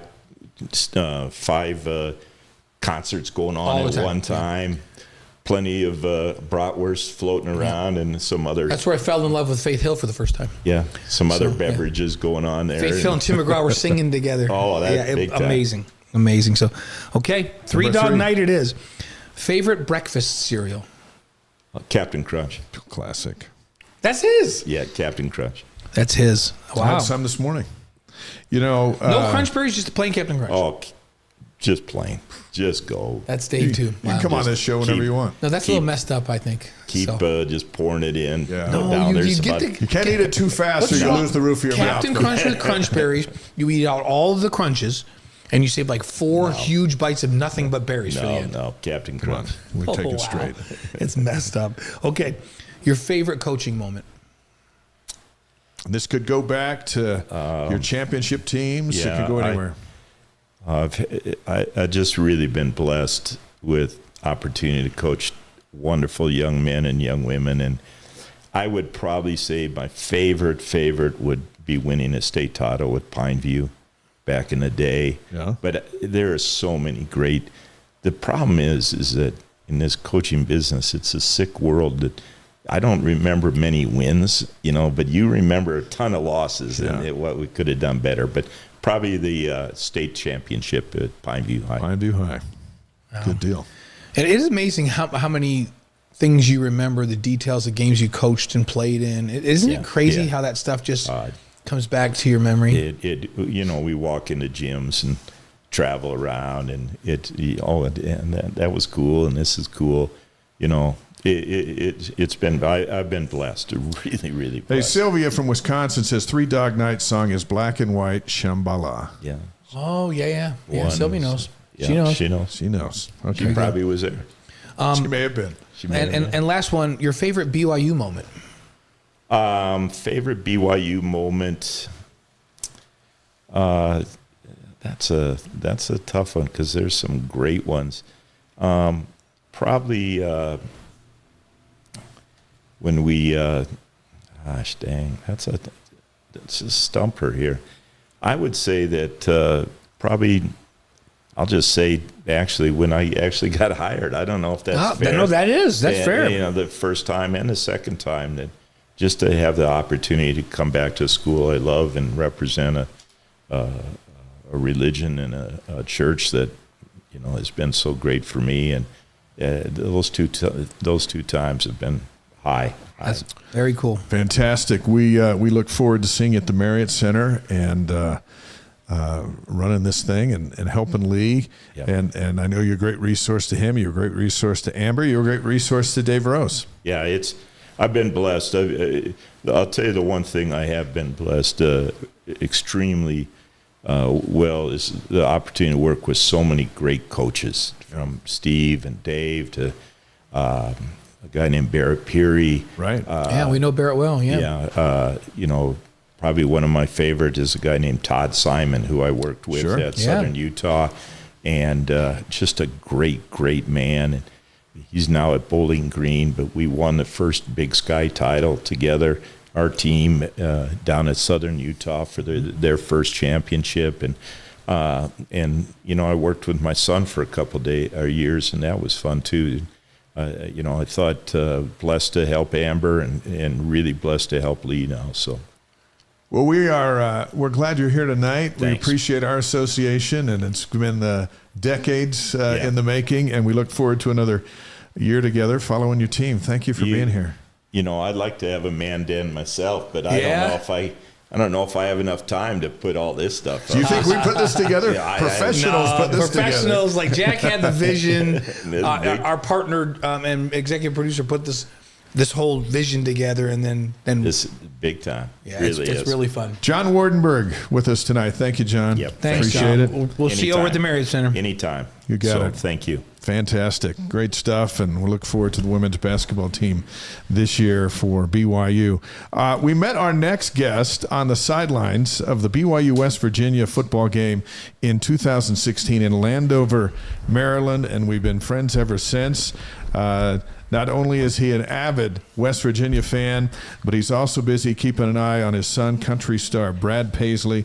It is our pleasure to welcome Doug Paisley back to the Wise Guys. We're glad BYU and West Virginia are now in the same conference, so they can play each other at least every other year. And Friday night, they are meeting in Provo for the very first time. Doug from Tennessee, how you doing tonight? I'm good. How are you guys?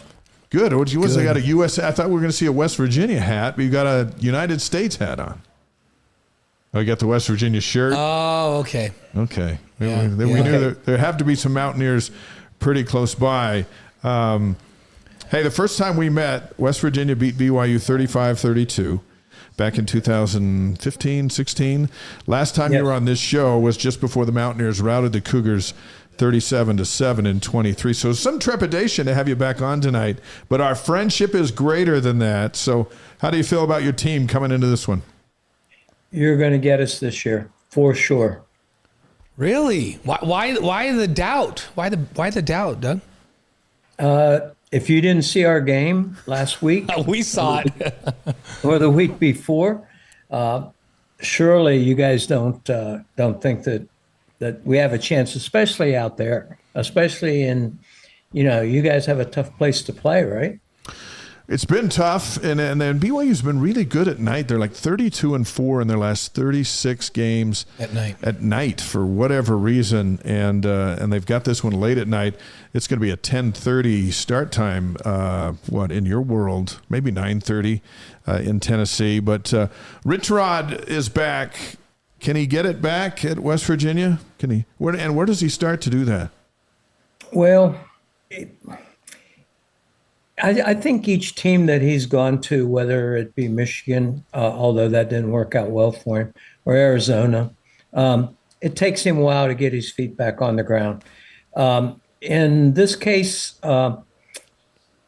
we brought in 70 new players this year, and a lot of that problem came into effect, with the NIL, everything else that's going on.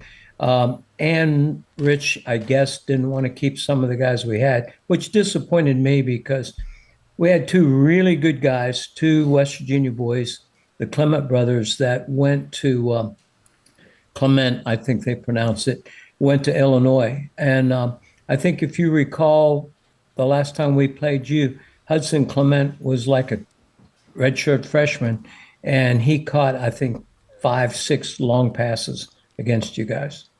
I think everyone cut a long pass or run against BYU. I think so too. That was a magical night for the Mountaineers. And one thing BYU came home from that game, and we were talking about early on the show tonight, it was they got to get bigger, faster, and stronger because West Virginia was good that year, went to a bowl game that year, and they kind of showed that the standard in this league is that bigger, faster, stronger. Yeah, it is. And this year, we're not. Is there something specific, Doug, that you think of? I realize that their quarterback's been hurt. Is that the biggest problem with this team right now, or what do you see as the issue that's caused them to struggle?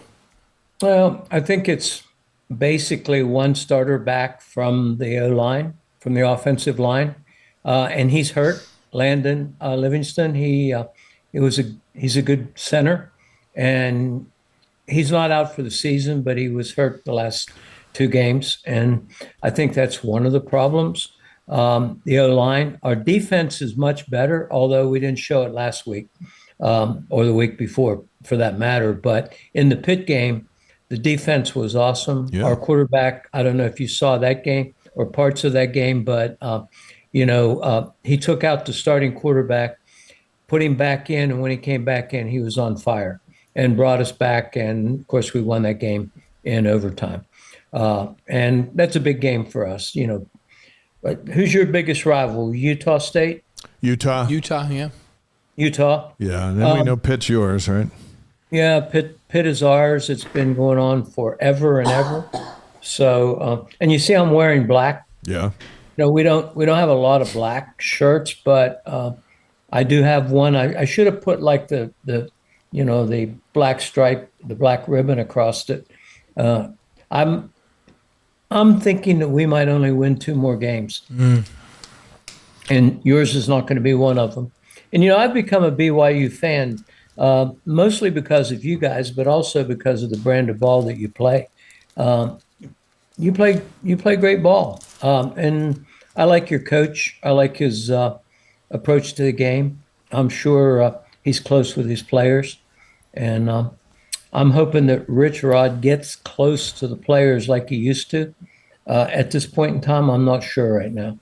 West Virginia fan and our friend Doug Paisley on the Wise Guys, presented by Brady Plus, Mountain America Credit Union, and by Eddie. This will be the first time the Mountaineers come to Provo, but not the Paisleys. Brad headlined Stadium of Fire in 2015.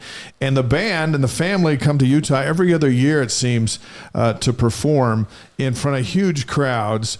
What is it that you like, and speaking of you and collectively your group and Brad, about coming back and performing for Utahns? You've done it for so long. The fans there are they're, if they come to a country concert, they're true country fans. And we've played several places in Utah, and it's just been it's been good every time that we come. We're treated well. Everybody's nice. It's a nice area. I will say this: landing in Salt Lake City is not fun.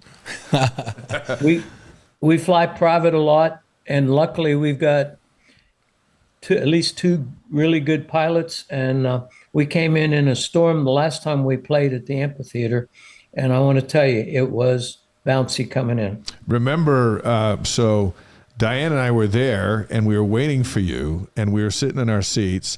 And you called, and I said, "Oh, this is Doug." And I said, "Hey, where are you?" And you said, "Look up." we're in this airplane because they won't let us land yet. And I'm thinking, everybody thinks you guys are backstage, and you weren't even at the venue, but you got there fast, and then the show was good. But yeah, every now and then our weather can, you get it back there in Tennessee too. But every now and then. But I know the fans just love you guys, and it's got to be fun to show up and be warmly received like that all the time. Well, we're really disappointed that we're not that we're not coming for this game. We got invited by John Cox and Governor Cox, and we fully intended to come, but things just have not worked out. It's not because West Virginia's not winning. I could come and sit in a booth with you guys and sure, absolutely enjoy not watching the game, just to hang with you guys, because I don't think we're going to do that well. Well, as far as that game goes on Friday, so let's say a miracle happens. Let's say that West Virginia wins this game. What would have to happen in your mind? Just a couple of keys that would have to happen for them to pull off an epic upset in this one. Pretty much be mistake-free, especially on defense. Yeah. We're a lot better against the pass this year than we were before. The Kansas game, that quarterback can run, and he ran around us several times and threw us. That had to be corrected, and we did a little of that, I think, this time. But for the last game. But offensively, we just did not click. Nico Marcio, he was out. He's my pick as the top guy. We've got a freshman, Scotty. Oh shoot! Now the name eludes me. Scotty Fox. He's a true freshman, and he got in the first couple games. I think they're going to redshirt him, but he's the real deal. But he's a couple years away. Yeah. Nico, he's a junior. The kid we put in the Texas A&M transfer, he's a good runner. He's not the best passer, but Yeah, that's Henderson. Yeah. yeah, he didn't do all that well at A&M, and I was kind of surprised that we took him. I think we've got 6 quarterbacks on the roster, 5 of which can play. And the last kid they put in last game, Max, I forget his last name. Was the Wilkins kid they put in? Max Brown. Oh, Max Brown. That's right. Yeah, they the played Wilkins a bunch kid- of them. The Wilkins kid did pretty well, but he was playing against second and third team. And he's green. And I don't know, what that's going to be like. But if Nico's back for this game, we've got a little bit better shot. But, I don't know. It's disappointing to me because I've never been to your stadium, but I've heard horror stories about it as a visiting team coming in. And you know how Morgantown is. Yeah. We can bring it with the best. So Well, one of these years you have to come. You can stay at the house, and we're just down the road from the stadium, and come and experience that when you're not playing, so you can just come and sit and take it in. It's a special place. had we known that we had a free room, we probably would have come. Yeah, I told you like 5 times. You can bring the whole family and spread out between Dave's place and my place. Absolutely. There you go. All right, we're going to hit you up with 5 questions presented by StrategySquare.co. We do it with all our big shot guests, and you're one of our big shot guests. Yeah, I'm 5'7" and a quarter and a 16th. Yeah. I'm big. Hey, But here's on the Zoom, thing. we're all the same size. That's right. Doug. And height has nothing to do with how big a man is. Like That's true. Like it's your accomplishments and your soul and all of that contributes to a big man. So you're one of our big guests, that's for sure. Okay, here we go. 5 questions for Doug Paisley here on the Wise Guys. Number 1, what's your favorite sports movie, Doug? Oh boy, I have several, and most of them are all baseball. So I love The Rookie, and I actually met Jim, the rookie, and great guy. I liked that one, and I liked what was it, For the Love of the Game. Yeah. So those two are kind of a tie. Okay. Those are both great. Okay. What is your favorite singer or band not named Brad Paisley? Yeah, it doesn't have to be your boy. He's great. all of our favorite, but we're going to eliminate him from the conversation. It's going to be somebody other than Brad. Well, you're putting me on it. I see that there's a scroll list over there of people watching. So All over the world. I've got to be really, really careful here. So, you know what? One of my favorite people is Scotty McCrary. Yeah. Just the kid's attitude. I know his dad well. The great family, good people. He opened for Brad at first, and we ran into him at the. I think it was the state fair. He was one of the acts on before us. But they're great people. He's a real deal. Scotty McCrary, I love his he's got some great the deep deepest tones, voice. doesn't he? Before he talks, it's like there's no way then he says something. It's like, that just came out of him? that guy. So, All right. Okay, how about your favorite breakfast cereal? Oh boy, you're gonna think I'm nuts. I like to mix Life the Life cereal with Rice Krispies. Now that I haven't tried, because I'm a big fan of the cinnamon Life, but I've never mixed it with Rice Krispies. I'm gonna have to try that one. I'm a big fan of Rice Krispie treats. It has nothing to do with Same. cinnamon life. We've talked about this before. I like the Rice Krispie treats, but they make them out of Fruity Pebbles. Yeah, that's next Well, level stuff. they do that sometimes. Yeah, that's good stuff. So okay, so it's Life cereal mixed with with the Rice Krispies. So it has a snap crackle pop, but then it's got some substance to it with Life. There you go. He was one of my firemen in the fire department, in the volunteer fire department we had. Good guy, nice people. Good. That's what we want to be. That's what we try to be. Just nice people. And I just want to say I pass on our thoughts and prayers to you guys about the church situation, in Michigan. That hurts. Just a devastating situation. So there. crazy world out there, and we appreciate that. Thank you. I go to a big church and we fear that, and we have pretty good security. And I don't mind telling you that every once in a while I carry more than the Bible to church. Yeah, I don't blame you. I'm not surprised to hear that. Well, Doug. we got to do something. West Virginia redneck, right? There we go. No, we love it. We've got to do something to take care of our people. Doesn't matter what religion, that are just trying to go worship in their house of faith, and we can't have that craziness going on. It's terrible. Absolutely. So, okay, number 5, our grand finale. What's your favorite West Virginia moment of all time? Are you talking about sports? Yeah. Your favorite sports moment. Although maybe you have a West Virginia moment that's not related to sports that's really cool. So we'll let you choose. We'll let you choose. Okay, I'm going to choose the sports because it transitions over into what we were talking about. It was the night that we beat Penn State to go 11-0. Don Nealon was the head coach. We hadn't beat Penn State in a few years.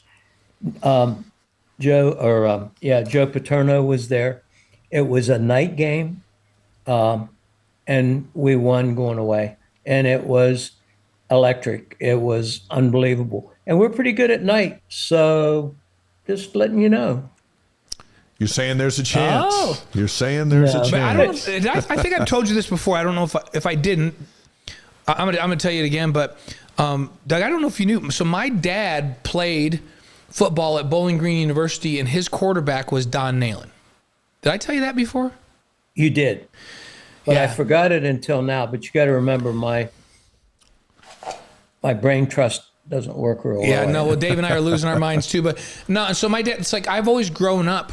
When Don was there all those years, we were rooting for West Virginia. So I had a soft spot in my heart for West Virginia because my dad always told me what a great human being Don Nealon was. And so just by virtue of that, we were West Virginia fans. I've always been a big fan of Don and the great man he was. He's a good person. He loved the players. Most coaches love their players to a certain extent, but this guy was really good. And Don lost his wife to dementia and Alzheimer's, and he actually remarried, and he's got a sweet lady. I ran into him at an event last year. He's getting older like the rest of us, but he's still there. They had him at the stadium the other day. They had that team that was 11-0 that year. That they came back for that game. That's cool. Yeah, my dad's 2 years older than him. So Don's 89 now, and my dad's 91. They're both still around, and two great men. Amazing. That's great. Yeah. Doug, get a nap on Friday. Blaine and I will be on the pregame show 2 hours before kickoff. So we'll see you on BYU TV for that. And then your Mountaineers are on ESPN. I will tune in. I get that here. If Good. I didn't get it, I'd buy it, but I get it on my cable. So there you go. That's Very awesome. The band rolls through Canada starting November 4th in Abbotsford, British Columbia, and then Brad will be in Las Vegas at the Encore Theater at Wynn Las Vegas December 4th and 5th. Are you coming out for that? I'm going to say probably. You know me, I can't stay away. He can't seem to get rid of me. But the Vegas shows are kind of cool. I know you guys aren't real Vegas fans probably, but The Vegas shows are kind of cool because he just does them himself acoustically, and he tries to be a comedian. Oh man. Well, he is funny. So that, Doug, I don't know. goes well. So Dave seems like he's just a Utah guy, but for more than 20 years, Dave was the #1 rated sports anchor in Las Vegas at KLAS. So he's got a lot of Vegas roots. Oh, I think one of you did mention that a while back. Yeah. Yeah. Yeah, I got some places you can stay there too, if that's what it's going to take to get you out west. Well, sometimes when I go with Dave down to Vegas, I feel like I'm walking around with the mayor when I'm with Dave. in Vegas. You know what, Brad? You got a second? You know what Brad does at Vegas is that he has a little place in Santa Barbara because they kind of have to have it out there with Kim doing work out there. Brad does a lot of guitar stuff with Fender and the guy that does the pickups for his guitars. So they're out there, and it's kind of a nice getaway too. But he'll fly back and forth to Vegas because it's just it's 40-minute flight, and it's just easy to do, and that way he doesn't have to hassle and be there all day long in the hotel, and so I usually go and do that with him. So we'll see. That'll be fun. Hey, But so you're always welcome. I can't say it on the air because I don't want you to think I'm giving you gratuities to throw anything our way tomorrow on Friday night. But you're always welcome, and I always have a ticket or a pass for you. Well, You're the best. We love appreciate that. Hey, I hope your wife's feeling better. I know when we saw you when that tour started over in Idaho Falls that she was a bit under the weather. Hope all the Paisleys are doing better. She's doing a little better. She's got an autoimmune thing that she's fought with for a few years, and every once in a while it goes up and down. So, but right now she's hanging in there. So we just got back from a little beach trip, so that helped her out. You bet it did. Great. Give everyone Hey, our I had best. a question for you. Go ahead. Is the WV on straight? Am I? Sometimes I hate. It's a pet peeve of mine to watch somebody on a Zoom on camera and everything is backwards. Like it says, it's reversed. It says BYU instead of that. It says Behind UYU. you, I can even read the playbill from Brad's playbill there, and it reads correctly. So it's all good. Okay. You're I didn't good. even. Oh, you can't see that. There we go. There we go. Doug, thank you. Thanks for giving us your time. Always great to when visit the with you, schedule Doug. comes out and we're playing again, we expect you to be right back here on the show, and we'll see you in between as well. Doug Paisley live from Tennessee tonight. Hey, enjoy the game on Friday. I will. I'll text you. Okay. Sounds Thanks, good. Doug. Thanks, See you Doug. guys. Doug Paisley. Well, I tell you what, one of the great things about sports is it brings you together with people you just never meet, and we met on the sideline there in Landover, almost a decade ago? Yeah, it was funny because you and I were doing a sideline show, and he kind of came over, and the lights were coming on, and we were doing hits from there, and in between, he just asked us what we were doing, and we talked to him about what he was doing, and we looked suspicious to him. yeah, too. and next thing you know, he's telling us, well, we're just big, huge West Virginia fans, and it was funny because he didn't say, "Hey, I'm Brad Paisley's dad." And Yeah. we just kind of became friends, and then through the conversation, it was, yeah, and I drive the tour bus for Brad Paisley. Well, why would you do that? Well, because I'm his dad. And it was fun to kind of talk about their ties to West Virginia, and he's just been a friend ever since. One of the cool things about it is, and he mentioned it a little bit in our interview, their next door neighbors were members of the church. Yep. And they were the members of the church you would hope a next door neighbor would be. And good people, is to quote him. And they had a great relationship, and I Right. just love hearing.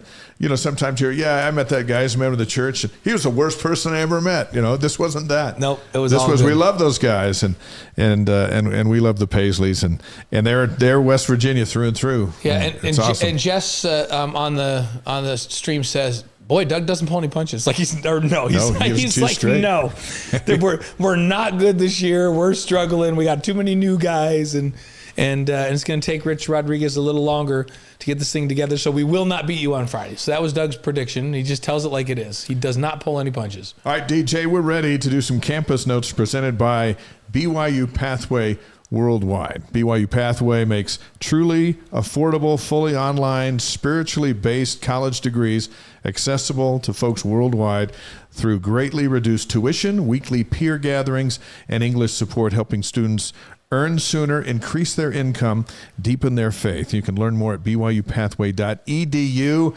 Let's start with men's hoops. There's always something going on with men's hoops. So the blue and white game is Thursday, October 9th at 6 p.m. at the Marriott Center.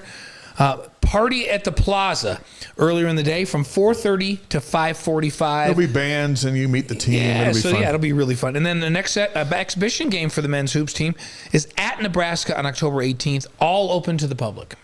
We don't know about TV just yet for the blue-white game. We'll have that answer for you next week. Right. If it is on TV, it'll be us. Yeah. And if it's not, it's just because they're like, whoa, Nebraska's on TV, North Carolina's on TV, and then everything else is on TV. You and I are all in. We want it on TV on the 9th. We'll do it.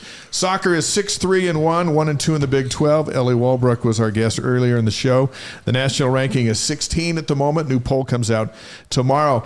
BYU beat Cincinnati 3-0 on Saturday. They got upset by West Virginia, speaking of the Mountaineers. Right. 3-2 back on Thursday. This week, the Cougars are at Houston, Thursday night, 6 o'clock Mountain Time on ESPN+, and at Oklahoma State Monday, so a long weekend trip for the Cougars at Oklahoma State Monday at 6 Mountain Time, also on ESPN+. Great. Women's volleyball is 13-1, 1-1 in Big 12 play. Do we have their national ranking, or does that come out tomorrow? It's 19. 19. It's okay. 19. That's right. It just came out this afternoon. I was thinking it either came out this afternoon or tomorrow, so I didn't have it. BYU swept Iowa State 3-0. They upset Colorado 3-1. This week they're at Cincinnati, 4 o'clock Mountain Time, ESPN Plus. On what day is that? It feels like I should have put that there, doesn't it? At Cincinnati and West Virginia. I'm thinking it's Thursday. I think it's Thursday and Saturday at West Virginia, 4 p.m. There you go. Look, I left that off. Sorry about that. That's cool. No worries. The cool thing about the win over Iowa State is, Colorado upset them, but Iowa State was up in Salt Lake and beat Utah. Then they came down here on Saturday and BYU swept them. Yeah.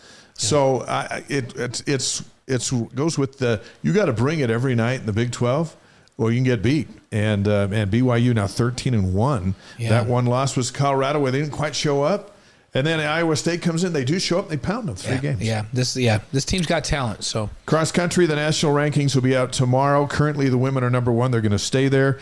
The men are ranked number 4. The women won the Cowboy Jamboree in Stillwater, Oklahoma. They just win every race. They just win every race. BYU finished 5th at the Gans Creek Classic.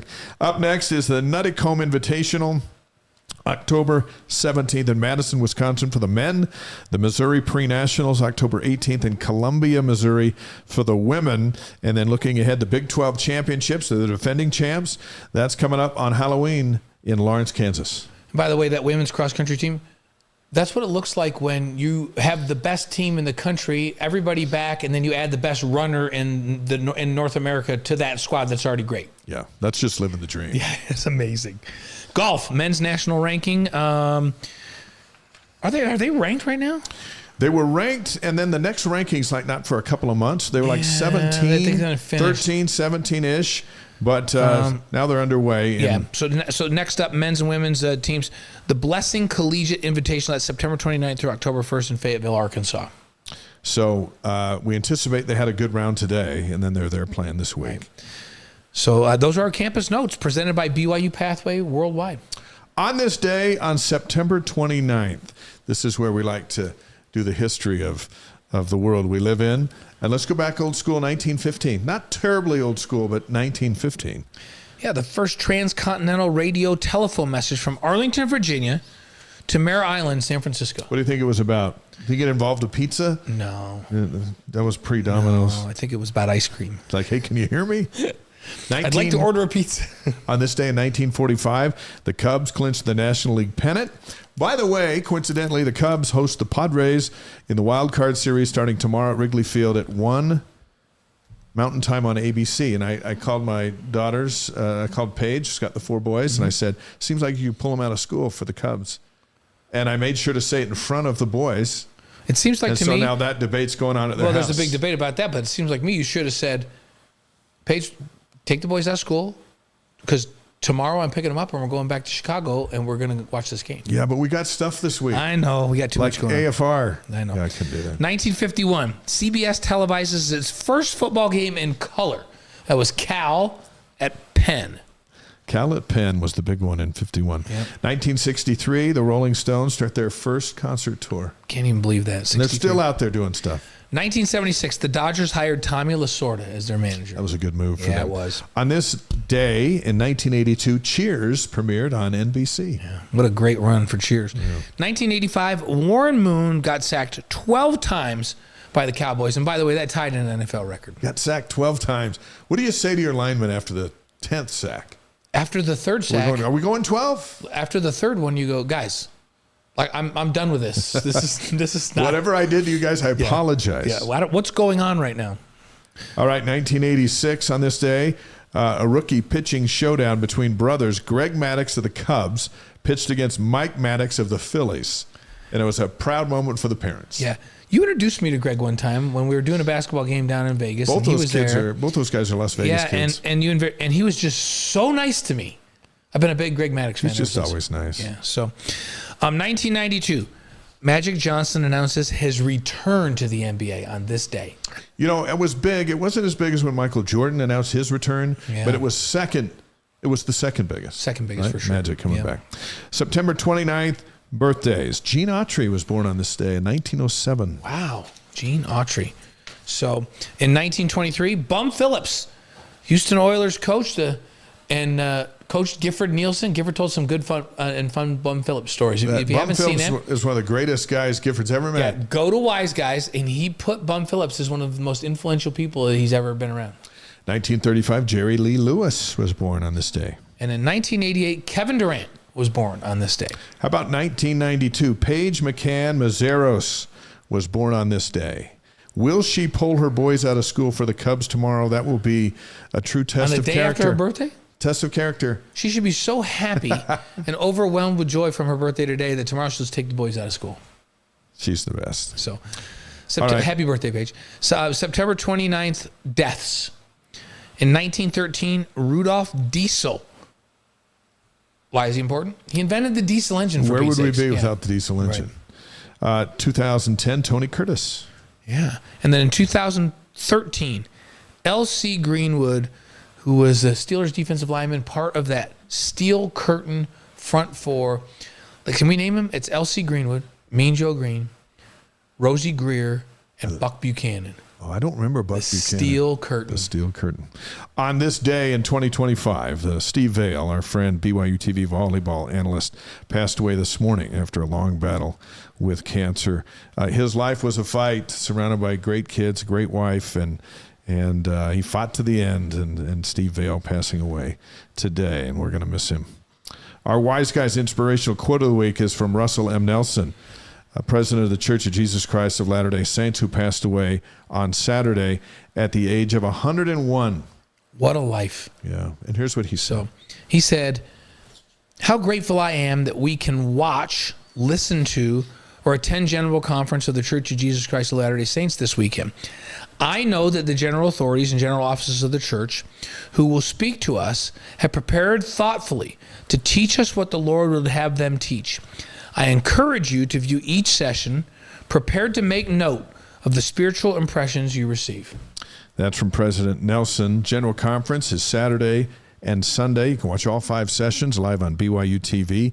And we're going to miss President Nelson, who used to sit behind us at the basketball games. Do you remember the time he came and put his hand on both their shoulders and he said, "If you guys need me, I'll be right back here"? He loved bringing his grandkids to the Marriott Center to watch the Cougars. President Dallin H. Oaks, the senior apostle, will now lead the church. President Oaks served as president of BYU from 1971 to 1980. We know him really well also. Funeral services, by the way, for President Nelson will be Tuesday, October 7th at noon Mountain Time on BYU TV. And our thoughts and prayers go out to the church members in Grand Blanc, Michigan after such a tragic weekend. Appreciate what Doug Paisley said. And we love you guys out there. And you know, that's just stunning. Yeah. You know, there's just no words for things like that. And as it was going on and we were following it on Sunday, gosh, you wonder what the kind of world we live in, and at the same time, you just wish the best for those who are trying to figure it out now over there.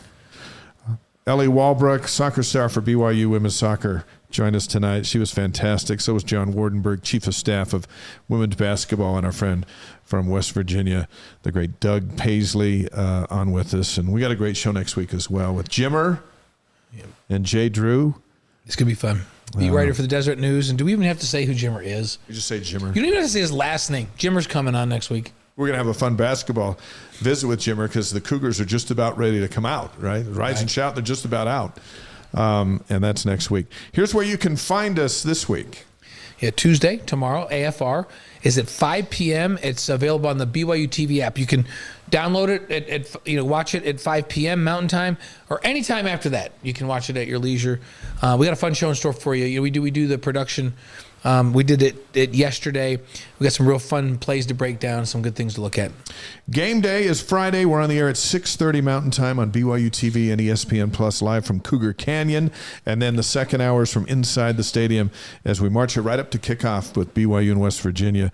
I've got some Deseret News articles in there this week as well. And, we'll just be bouncing around all over the place. I love Friday games, especially conference weekend. By the way, John on the stream, where is that great quote by President Nelson I like to share with my family? If you Google and say famous quotes by President Nelson, a whole bunch will come up. It's in there. They're hard to choose from because there's so many good ones, but that's right there near the top, and that's where you can find that one. So we remind you, Wise Guys is presented by Brady Plus. Supplies plus support. Find out more at bradyplus.com. By Eddie, HR and payroll software built for small businesses. See how Eddie can serve your team at eddie.com. And by Mountain America Credit Union, empowering dreams for over 80 years. Find out what they can do for you at macu.com. And our Relight Athlete of the Week, presented by Redmond. The secret is in the salt. Learn what it can do for you at redmond.com. Was Isaiah Glasker this week. Who do you think it'll be this weekend with all the teams out there? You want me to predict right now? Doing stuff. Are you thinking football, volleyball, golf? Oh, there's so much going on. Soccer? Track and field is not competing this week, so they're out. It could be. It's too hard to pick. Yeah. I think it's going to come from football, and it's going to be something that we didn't expect to see on Friday night. So let's remember, Wise Guys is distributed by the Deseret News. Thank you for watching, everybody. Please invite your friends to come check out Wise Guys. Subscribe to our YouTube channel. It's free. We'll continue to grow the show there. Support our sponsors. They allow us to do this for free for you guys, and that's awesome. We love bringing Cougar Nation together from all over the world, and we talk about a whole bunch of things, and it's awesome when you're 4-0 in football. Doesn't that just kind of... Yeah, it makes everything feel good. Even the air's a little cleaner and all that stuff. But even through a rocky weekend. Thank you for being with us, and we'll see you Friday night at the football stadium.